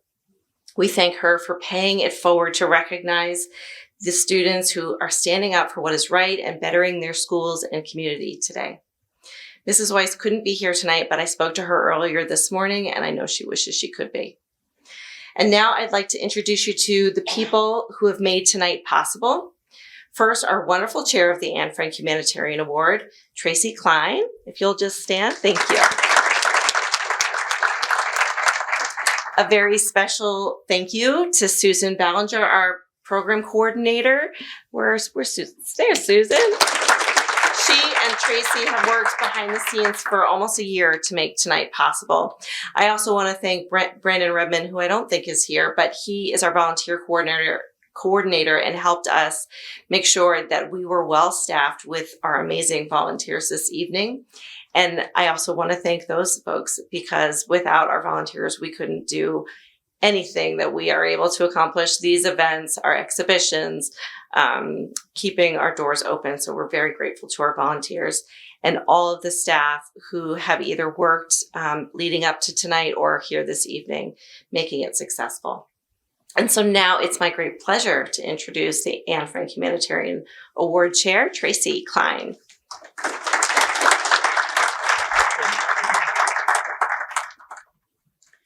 Thank you, Erin. This year, we are celebrating the 21st anniversary of the Anne Frank Humanitarian Award program. Following 9/11, there was a wave of publicity focusing on negative actions of young people in our community and across the country. So we asked, can we focus more attention on the good of today's teens to counterbalance the negative stories that seem to dominate the news? A group of museum members, led by Irene Weiss, came together and the Anne Frank Humanitarian Award program was created. I am confident that you all know who Anne Frank is. She represents the extreme of what can happen when people do not stand up to hatred and bigotry. We chose Anne as the inspiration for our program because she believed that in spite of everything that she had endured, people are truly good at heart. By recognizing the good deeds performed by our honorees, we see that they mirror the nature and spirit of Anne Frank. Each year, we and the Museum Board of Directors look forward to honoring you. Let's begin. It is now my great honor and privilege to introduce our keynote speaker for this evening, Sarasota City Commissioner Hagen Brody. Hagen Brody is the current at-large commissioner of the city of Sarasota. He grew up in Sarasota, graduating from Sarasota High School.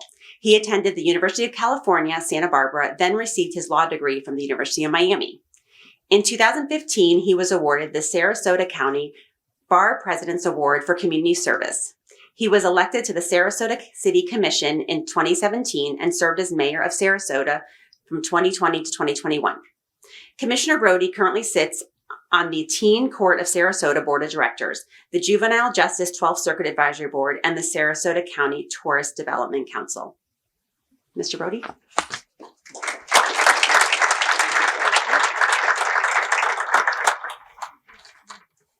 Thank you for that wonderful introduction and welcome everybody. It is a privilege to be here with you tonight and to be with so many promising young folks that we're here to celebrate. The youth is so important to our communities, and I know St. Pete values our young people and the surrounding communities do as well, and I know we do down in Sarasota. So, Executive Director Blankenship, thank you for having me. My name is Hagen Brody, and I grew up not too far from here in Sarasota, Florida. Call to service is the recognition of the opportunities that you're afforded and the responsibility that we all have to ensure that future generations have not just those same opportunities, but better ones. That's why I went into public service when I graduated from school. I grew up in a community that nurtured me, that gave me opportunities that I never would have dreamed possible. I didn't come from means or grow up wealthy, but I knew that the value of the community that I grew up in and what it offered me was something special. And so I wanted to come back to my hometown and make a difference. And that's why I got into public service.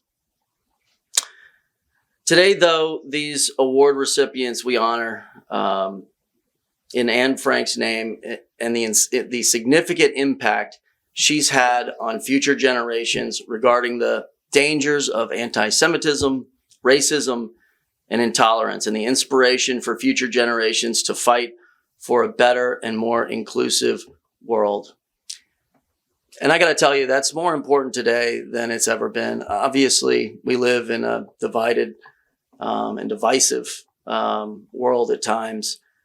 But for me, particularly in my role as an elected official during a very tough time in our country's history through COVID, I saw it as an opportunity for us to try to come back closer and tighter knit than we've ever been. For me, that was the silver lining of COVID, a pandemic that isolated us and kept us from each other, kept our communities separated. I saw the silver lining was to try to fix and heal old wounds and bring us back more inclusive than we've ever been.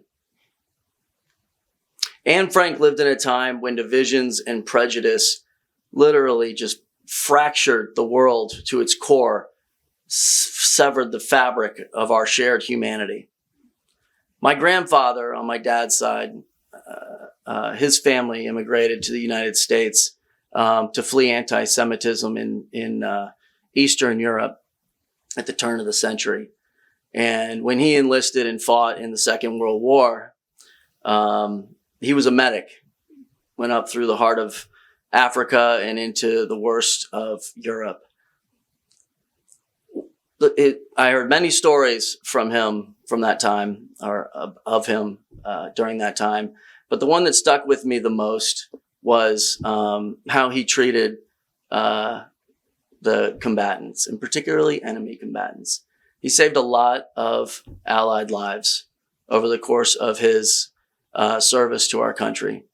But every once in a while, he would come across an opposing soldier, bleeding out, dying from his wounds. And he would put a tourniquet on him, give him some morphine, and he'd whisper in his ear, "A Jewish American just saved your life." And that stuck with me and impacted me so much, because putting myself in those shoes and in that time, to be able to see the humanity that we share, even in the face of an opposition that wants to eradicate you. It's just something that always stuck with me. And it always reminded me that we share much more than what separates us. The empathy that Anne Frank's diary brought to the world led to social justice movements around the globe. And as awardees of the recognition for your work bearing her name, it's fitting to take a moment to reflect on Anne Frank's message to retain a belief in our shared humanity. A message that condemns all forms of prejudice and discrimination, that threaten the mutual bonds of respect that unite us as citizens and as human beings. This year, in a seemingly divided moment in our country, let's keep Anne Frank's message in our hearts. Let's focus on our shared beliefs and similarities, and on our mutual concerns, mutual dreams, and mutual goals. Let's celebrate your service to your community and to our shared humanity.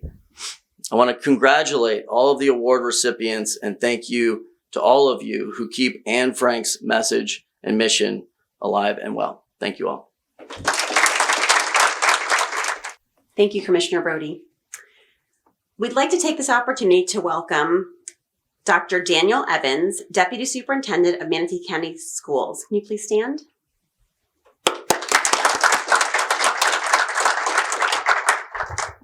Dr. Brennan Asplin, Superintendent of Sarasota County Schools. And Kurt Browning, Superintendent of Pasco County Schools. Thank you so much for joining us in this celebration of outstanding students in your districts. Before we begin the individual award recognition, let me briefly describe the process we use to choose the honorees. This award is presented to one junior at each high school in the 5-county area: Hillsborough, Pinellas, Pasco, Sarasota, and Manatee. Each honoree was nominated by his or her principal, guidance counselor, or teacher to be recognized for making a difference in the lives of others. As you listen to our honorees' bios, you'll see that in their actions, ranging from doing random acts of kindness and standing up for what is right to donating a significant amount of hours to organize not-for-profit organizations, we recognize the humanitarian spirit of all our honorees. All of you make our world a better place. The museum's award nomination review committee reviewed each of the nominations and chose the award recipients. Each of our honorees receives an award certificate and a 1-year family membership to the museum, as well as a personalized inscribed glass plaque. This year, each honoree will also receive their own copy of the Diary of Anne Frank. We hope that your families will use the museum membership and will support the museum by renewing it next year at this time. And now I'd like to share a little about the person who was our program's namesake, Anne Frank. On Monday, July 6, 1942, Anne Frank was awakened at 5:30 in the morning. She and her family members, her mother, Edith, her father, Otto, and her sister, Margot, walked to the secret annex located behind Otto Frank's company. This was the beginning of more than 2 years of hiding. When the secret annex was raided, the Franks and the 4 others in hiding with them were arrested and taken away. Only Anne's father survived the camps and returned to the Netherlands after the war. Anne's extraordinary diary was written in the Amsterdam attic, and it has become a world classic and a timeless testament to the human spirit. In 1944, Anne wrote in her diary, "You've known for a long time that my greatest wish is to be a journalist and later on a famous writer." We know that Anne did not become a journalist, but she did become a famous writer. Her diary became her legacy. It was published for the first time in 1947 and has been read by millions of people throughout the world, and it is the most translated Dutch book of all time. We would like our honorees to carry a piece of Anne with them. So tonight, each of you will receive a focus stone with a few of Anne's most inspiring and cherished words you have heard previously. I still believe, in spite of everything, that people are truly good at heart. People like you are 2022 honorees.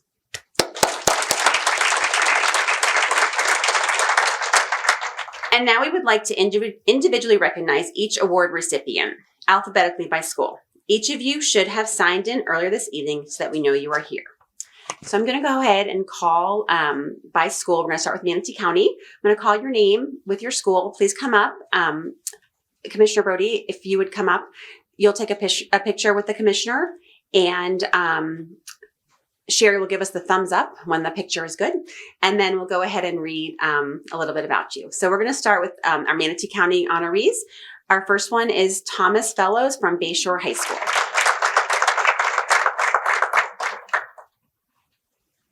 Picture right there. You're good. Yeah.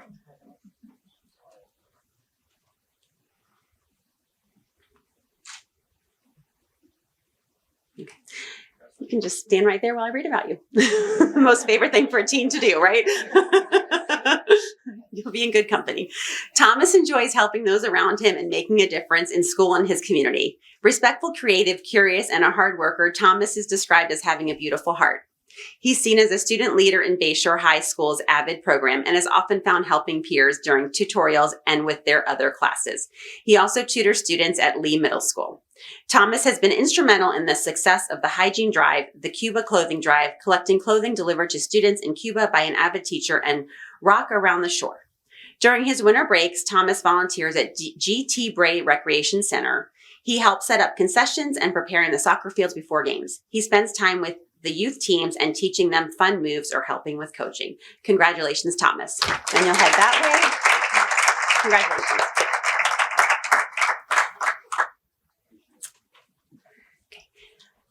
Diego Muniz, Lakewood Ranch High School. Diego cannot join us this evening. We are happy to have his parents, Ramon and Sonia, with us tonight to accept his award for him.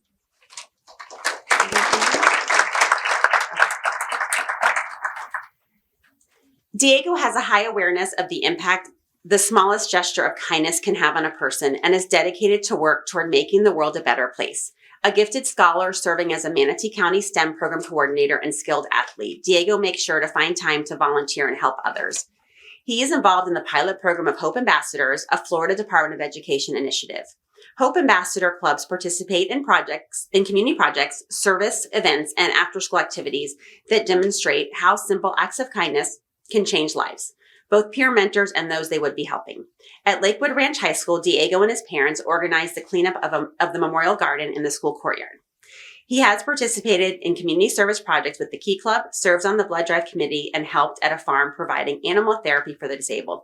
Our thoughts are with Diego, and we wish him well.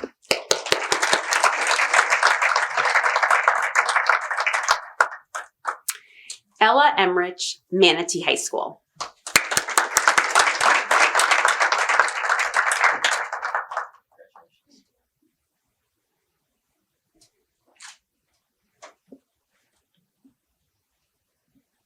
Good. Okay. Ella volunteers as a counselor at Dream Oaks Camp the last 3 years.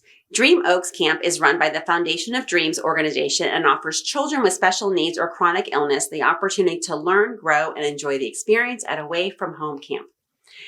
During each 2-week camp experience, Ella is responsible for a group of children who she guides in camp activities like horseback riding and canoeing. She enjoys helping her campers work on personal goals and social interaction, and she has built lasting connections and true friendships. Ella also serves as new member coordinator for MAMCELS, a community service club which reaches out to young women to instill a civic-minded spirit in its members through service to the community. Congratulations, Ella.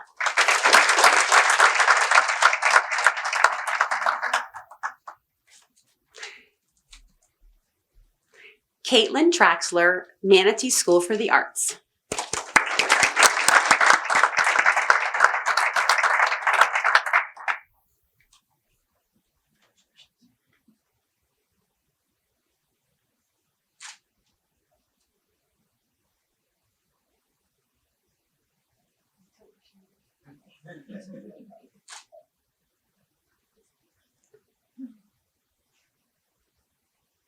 Okay. Caitlin comes from a family dedicated to service. Her father, honorably discharged from the U.S. Marine Corps, serves as an inspiration. She participates in wreaths across America, laying wreaths at national cemeteries.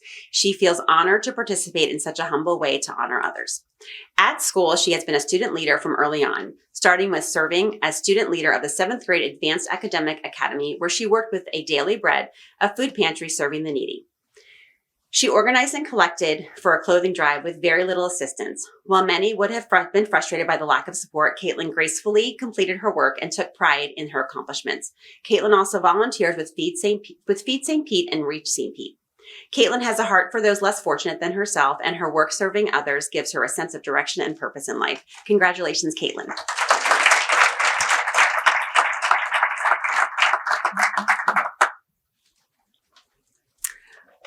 Priya Wilson, Palmetto High School.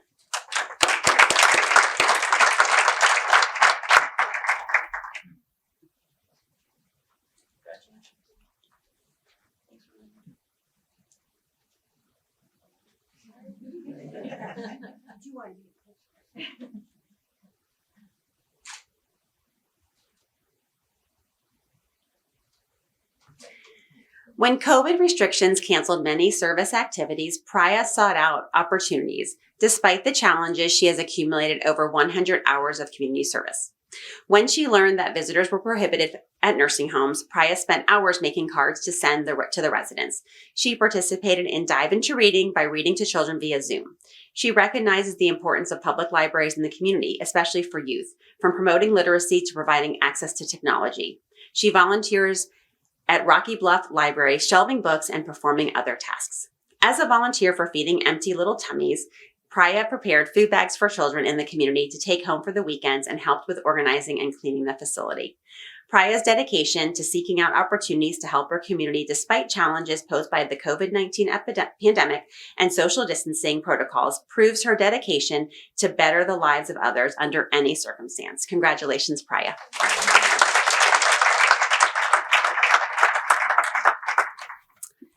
Jonathan Lipman, St. Stephen's Episcopal School.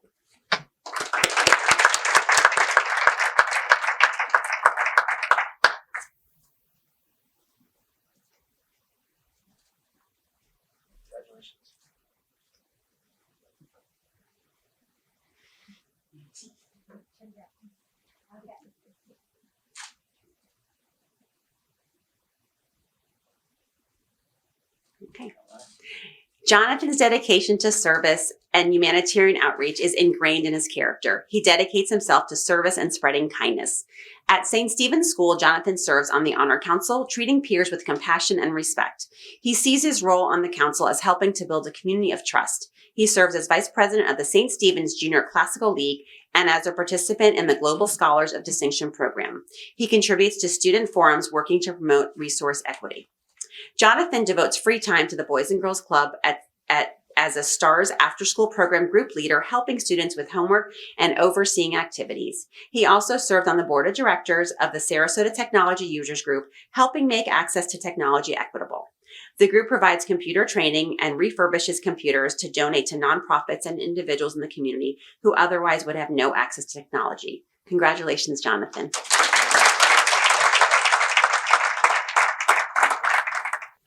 Andrew Crow. You're going to need to correct me on that, I am sure. Well, pretty close. How do you pronounce your last name? Crico. Okay, I tried too hard, I think.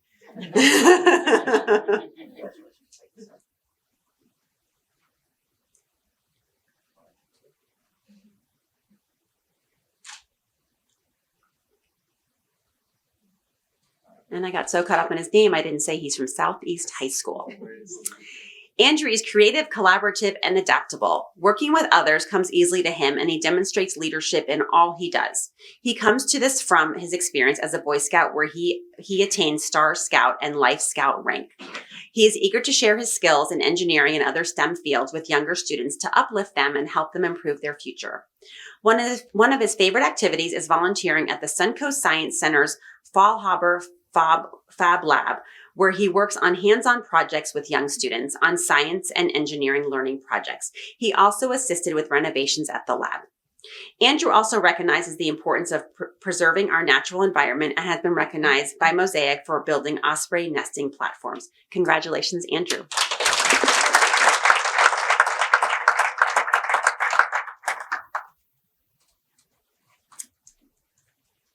Aaron Galvin, Cardinal Mooney High School.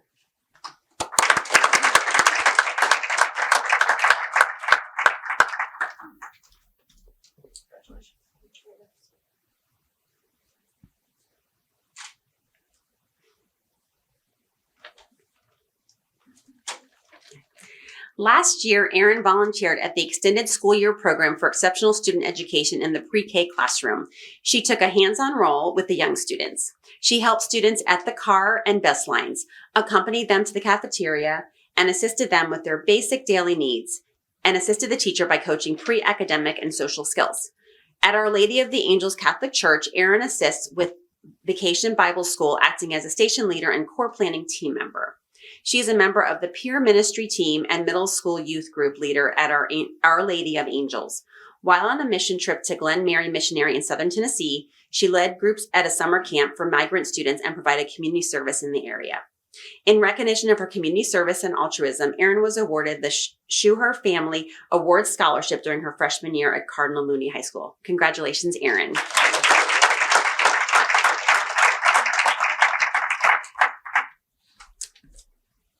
Abigail Loeffler, Sarasota High School.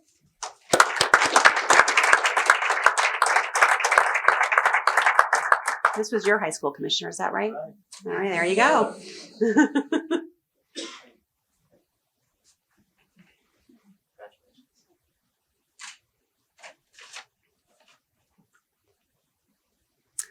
When she was 8 years old, Abbey was already making a mark as a humanitarian. She was recognized by Suncoast Blood Bank as their youngest volunteer. She still volunteers at the blood bank 8 years and counting. At age 11, she started volunteering at the martial arts camp she has attended when she was younger. She recognized the positive impact the camp and its volunteers had on her and her as a camper, and she wanted to make the same effort for younger campers as a counselor and instructor herself. She provides a positive role model for youngsters. She's a leader in numerous campus activities and organizations, always bringing the spirit of dedication to service with her. Congratulations, Abigail.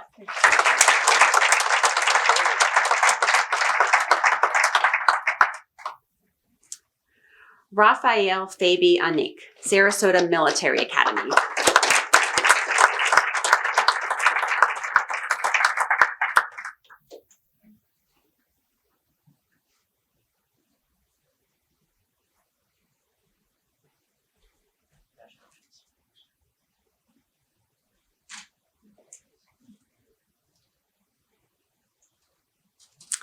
Raphael committed to giving and helping the less fortunate at an early age. In middle school, he worked with the local Rotary Club, spearheading a campaign to fundraise for victims of the Sudanese Civil War. He also sought to raise awareness for the refugees suffering from malnutrition and the breakdown of social services in the region. Closer to home, Raphael works to serve those in need through volunteer work with Bags for the Homeless, and he has coordinated several canned food drives for the homeless. He has expressed appreciation of service and sacrifice by working tirelessly to gain community support for Wreaths Across America and Eternal Patrol Reef Ceremony, programs that honor the nation's fallen service men and women. Raphael has become a true example and mentor for his classmates, a shining model of what it truly means to serve without expecting anything in return. Congratulations, Raphael.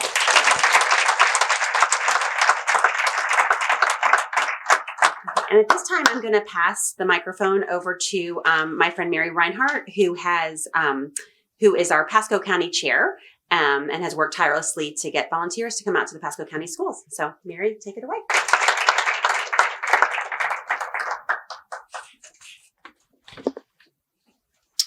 Hi. Karis Ragsdale from Bishop McLaughlin Catholic High School. Karis is an outstanding student known at school as always willing to help with homework or offering a sympathetic ear so students who are feeling down so she can listen. Since her freshman year, she has volunteered her time at Metropolitan Ministries, Feeding Tampa Bay, Project Victory, and Keep Pasco County Beautiful. She spends Thanksgiving at St. Vincent de Paul, preparing and serving holiday meals for the homeless. This year, Karis has worked with students with disabilities by helping them build meaningful relationships, socializing with them, and helping them with their homework and in the classroom. Congratulations, Karis.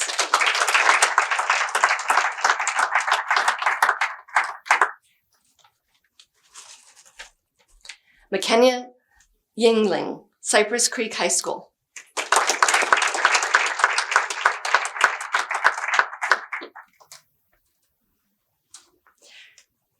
The Drive to Help Others runs in McKenna's family. Both her parents are actively involved in leadership roles.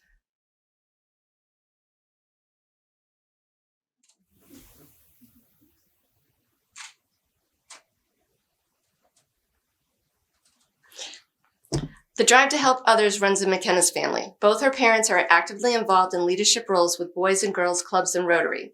McKenna works alongside her family on community service projects for the Rotary Club.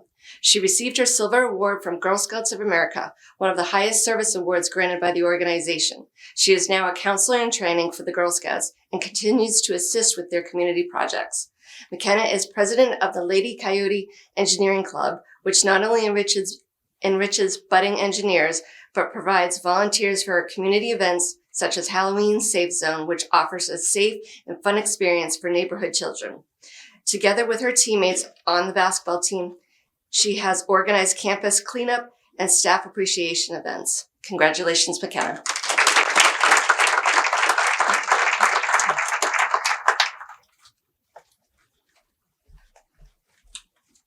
I'm going to get this name wrong. So Liliana from 5A High School.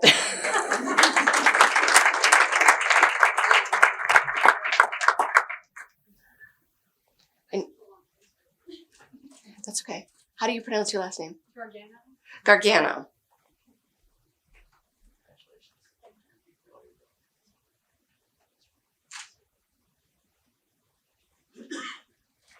Liliana is described as a student who has it in her heart to help others. As a respected classroom leader and star athlete, Liliana is a true role model for her fellow students. She demonstrates her passion to help her peers by serving as class president and through her involvement in STAND, a community group which advocates healthy choices for teens by encouraging them to avoid alcohol and drugs. She has taught children's dance classes, coached the middle school cheer team, and even donated her hair to Locks of Love. Her love of athletics and commitment to encourage others to participate has led her to volunteer with the Special Olympics for several years. When her beloved grandmother Bella became ill, Liliana helped with her care and administered her insulin shots. Bella's illness drew Liliana to her goal to help others by becoming a medical doctor, a goal she proved worthy of when she jumped in to assist a fellow student experiencing a medical crisis in the classroom. Congratulations, Liliana.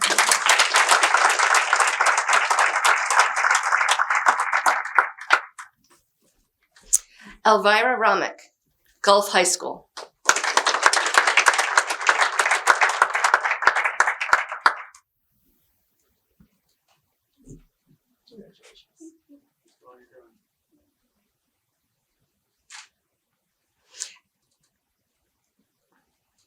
Elvira is a caring person who enjoys helping wherever there is a need. She volunteers at the Arians Family Foundation, whose motto is a voice for children. The foundation's mission is to prevent child abuse and neglect. She provides valuable assistance at events and benefits, assuring they run smoothly. Event organizers value her work and have taken note of her ability to organize and remain composed during large events. They see Elvira in the future of successes and helping others in the community. Elvira understands the amount of work that goes into running a successful event and is prepared to do whatever is necessary. She tells her supervisor she's not just there to count hours, she is there to help and learn. She also volunteers at Gulfside Hospice Thrift Shop, helping sort and price inventory. Elvira thrives on service to her community, where she can learn new things and gain experience that make her a better person while helping others. Congratulations.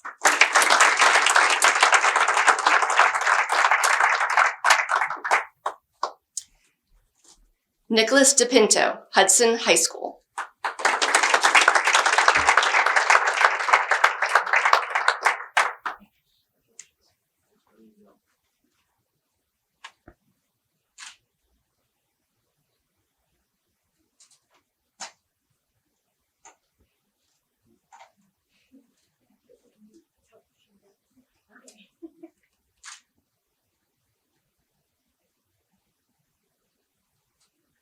Nicholas has volunteered almost 200 hours with Explorers through the Pasco County Sheriff's Office.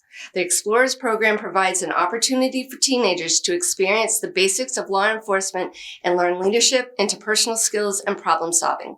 Explorers provide community service through a wide variety of activities, from assisting at festivals and special events and presenting the colors at the Sheriff's annual banquet to assisting the staff during hurricanes and natural disasters by working at approved hurricane shelters. Congratulations, Nicholas.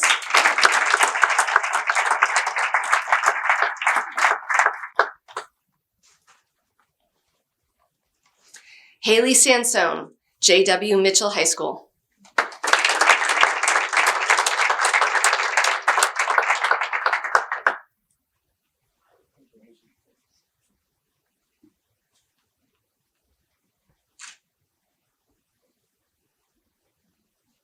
Haley has the passion for helping children and has donated over 400 volunteer hours, some while working 2 part-time jobs. During the summer, she volunteers at Berkeley school summer camps and helps elementary school students who are delayed in their learning participate in fun and educational summer enrichment activities. Her face lights up when she talks about helping these young campers.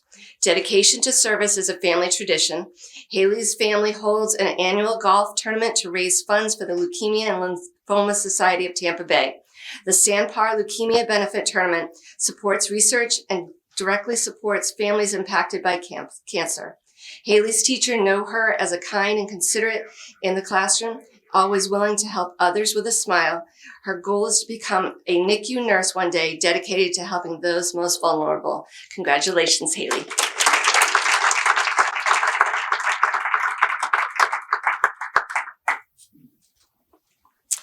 Arosa Adikari, Land O'Lakes High School.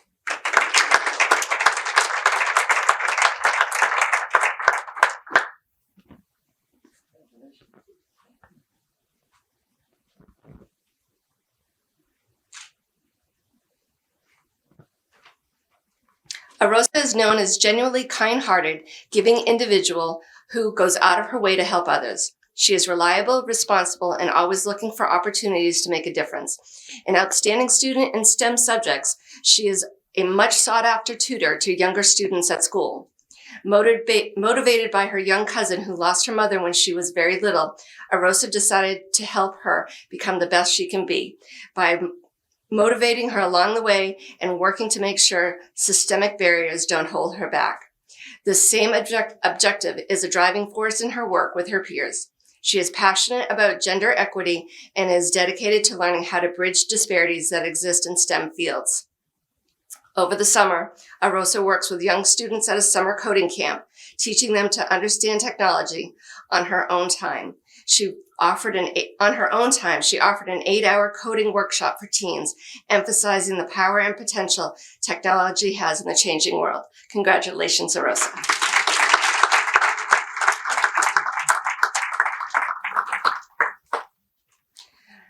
Madeline Cornwell, River Ridge High School.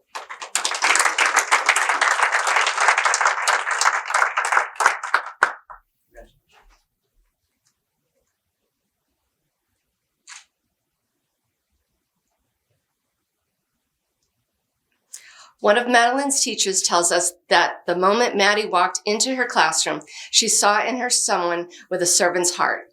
A humanitarian understands that everyone has value. Maddie demonstrates this awareness in her community involvement and goal of becoming a teacher. She is vice president of the River Ridge chapter of Future Florida Educators of America, which participates in county partnerships and community activities, including Rotary Club speaking engagements and elementary science fair judges. As a budding educator, Maddie works directly with younger students tutoring at Title I schools. She recently assisted staff with the relocation of an entire classroom. Outside of school, Maddie demonstrates her dedication to serving others by volunteering during the Cypress Creek and River Ridge Special Olympics days. These events, organized by Pasco County Schools Special Olympics, offer the opportunity for athletes of all ages with intellectual and physical challenges to compete, have fun, and be recognized for their skill. Congratulations, Madeline.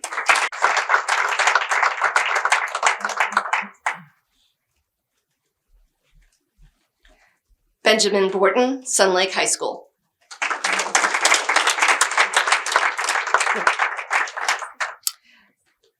Jackson Davis, Wendell Crinn Technical High School.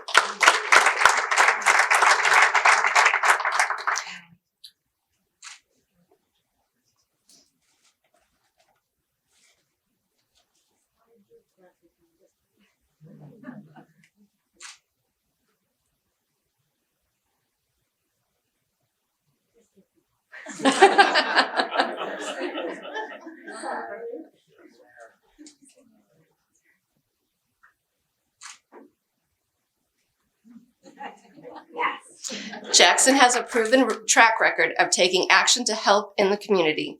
He has helped with projects such as putting up disposal areas for fishing line for fishermen, painting charter schools, gardening at a church, and participated in service projects through his scout troop, like the recent Scouting for Food.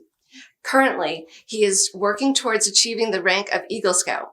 For his project, Jackson has undertaken a major project to buy and refurbish a used school bus, which is currently being converted into a mobile food kitchen complete with freezers, food storage space for Messengers of Hope food pantry. This extensive project started with negotiating a discounted sale price for the bus with Pasco County School Board, raising funds through GoFundMe and the sale of sponsorships, and working with local business to source building supplies, equipment, and furnishings for the conversion. Jackson's hard work and industriousness in conceiving of and managing the project from start to finish will bring food stability to many families in need. Congratulations, Jackson.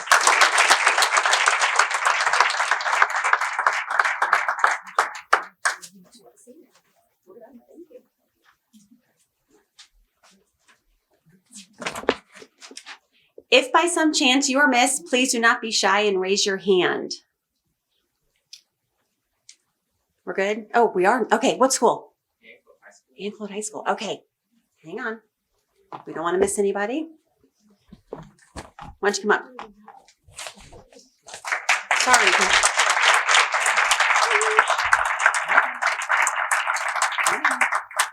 Susan. I don't have a speech. You don't have it? Okay. No? No? Is it Raphael? Mm-hmm. Okay, hang on. We're always gonna. Sorry. Hang on, we'll find it. With the glass?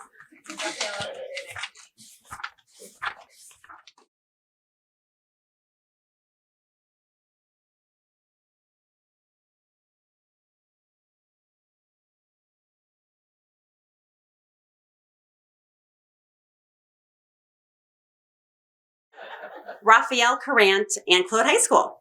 Give them a little applause.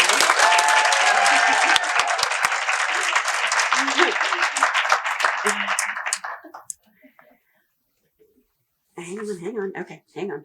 All right, here we go. As a junior JROTC company commander, Raphael has coordinated and directed activities including organizing and leading the Veterans Day flag ceremony and presentations for middle students at Paul R. Smith Middle School. That's kind of far from you, isn't it? Right next door. It is? Oh, there's a Smith Middle School in Hillsborough Yes, County it too. is. That's where I was messed up. Okay, sorry. An outstanding scholar, Raphael is an academic tutor for the Citizens Alliance for Progress, where he assists students and provides academic support. Through Oak Hill Church of God, he has participated in food drives and other service ministries. He volunteers as an event volunteer with the Pasco County Sheriff Office Explorers Program. The Explorers Program is a program designed to develop leadership skills in youth 14 to 21 with an emphasis on the core philosophy of servant leadership. Explorers actively engage the community and provide volunteer service to various components of the agency and community events, such as fairs, parades, rodeos, and races.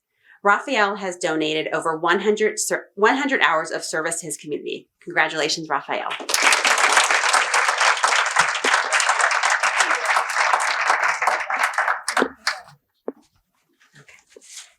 Okay, was anybody else missed? Okay, good. The Anne Frank Humanitarian Program encompasses 5 counties and 93 schools. We are able to coordinate this program because we have dedicated people who believe it is important to recognize our youth. At this time, we would like to recognize some of the individuals and organizations who help make this program a reality. Our presenting sponsors, Public Supermarkets Charity, James H. and Amy G. Schimberg Family Foundation. Our humanitarian sponsors, Caroline Bass, Werner and Rosa Cohn of blessed memory, Jody and Dennis Sherman, Lois and Peter Partle, Irene and Stephen Weiss, Rachel and Donald Worthington, Laura and Kevin Morris in memory of Zachary, 2018 Anne Frank Humanitarian Award honoree. Other donors and in-kind sponsors are listed in the program. Our sponsors make it possible to bring the Anne Frank Humanitarian Award program to our schools, so thank you. Please join me in thanking the Gift Assembly volunteers and the Nomination Review Committee volunteers. The presenters and county chairs who represented the museum at your school award ceremonies are listed in your program. We especially want to acknowledge the Jewish Federation of Sarasota Manatee. An overwhelming number of members volunteered to make school presentations in Manatee and Sarasota counties possible. We sincerely thank them for partnering with us to make the program a success across the Tampa Bay area. Would all the volunteers who are here tonight associated with the Anne Frank Humanitarian Award program please stand?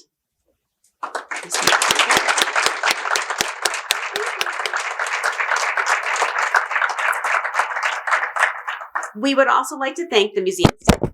Am I still going? Okay. We would also like to thank the museum staff members, docents, and volunteers who have helped with this dessert reception. Thank you, guys.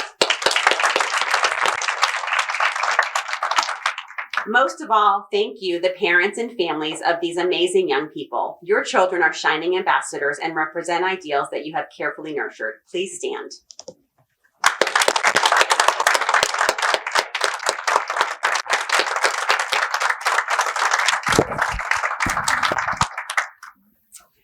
At the conclusion of the program, we request that all honorees come up for a group photo. We're also going to ask that with the superintendents and the commissioner, please come up and join them for the photo.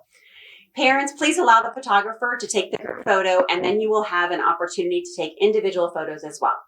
Also, please visit our photographer Sherry Keenan's website, Best View Photography, to order your pictures. It's listed on the back of your program. In the words of Albert Einstein, the world is a dangerous place to live. Not because of the people who are evil, but because of the people who do nothing about it. Honorees, those who remain bystanders hurt our world by looking away. We see you as role models for the young people of today. You have already established yourself as humanitarians, but we also ask that this fall, as you return to your schools as seniors, stand up for what is right.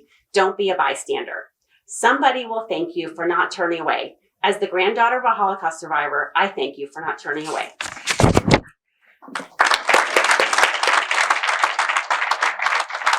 So 2022 honorees, live your lives based on truth. Let your dreams shine brightly as a guide and inspiration. Stay as good-hearted, compassionate, and community-minded as you are today.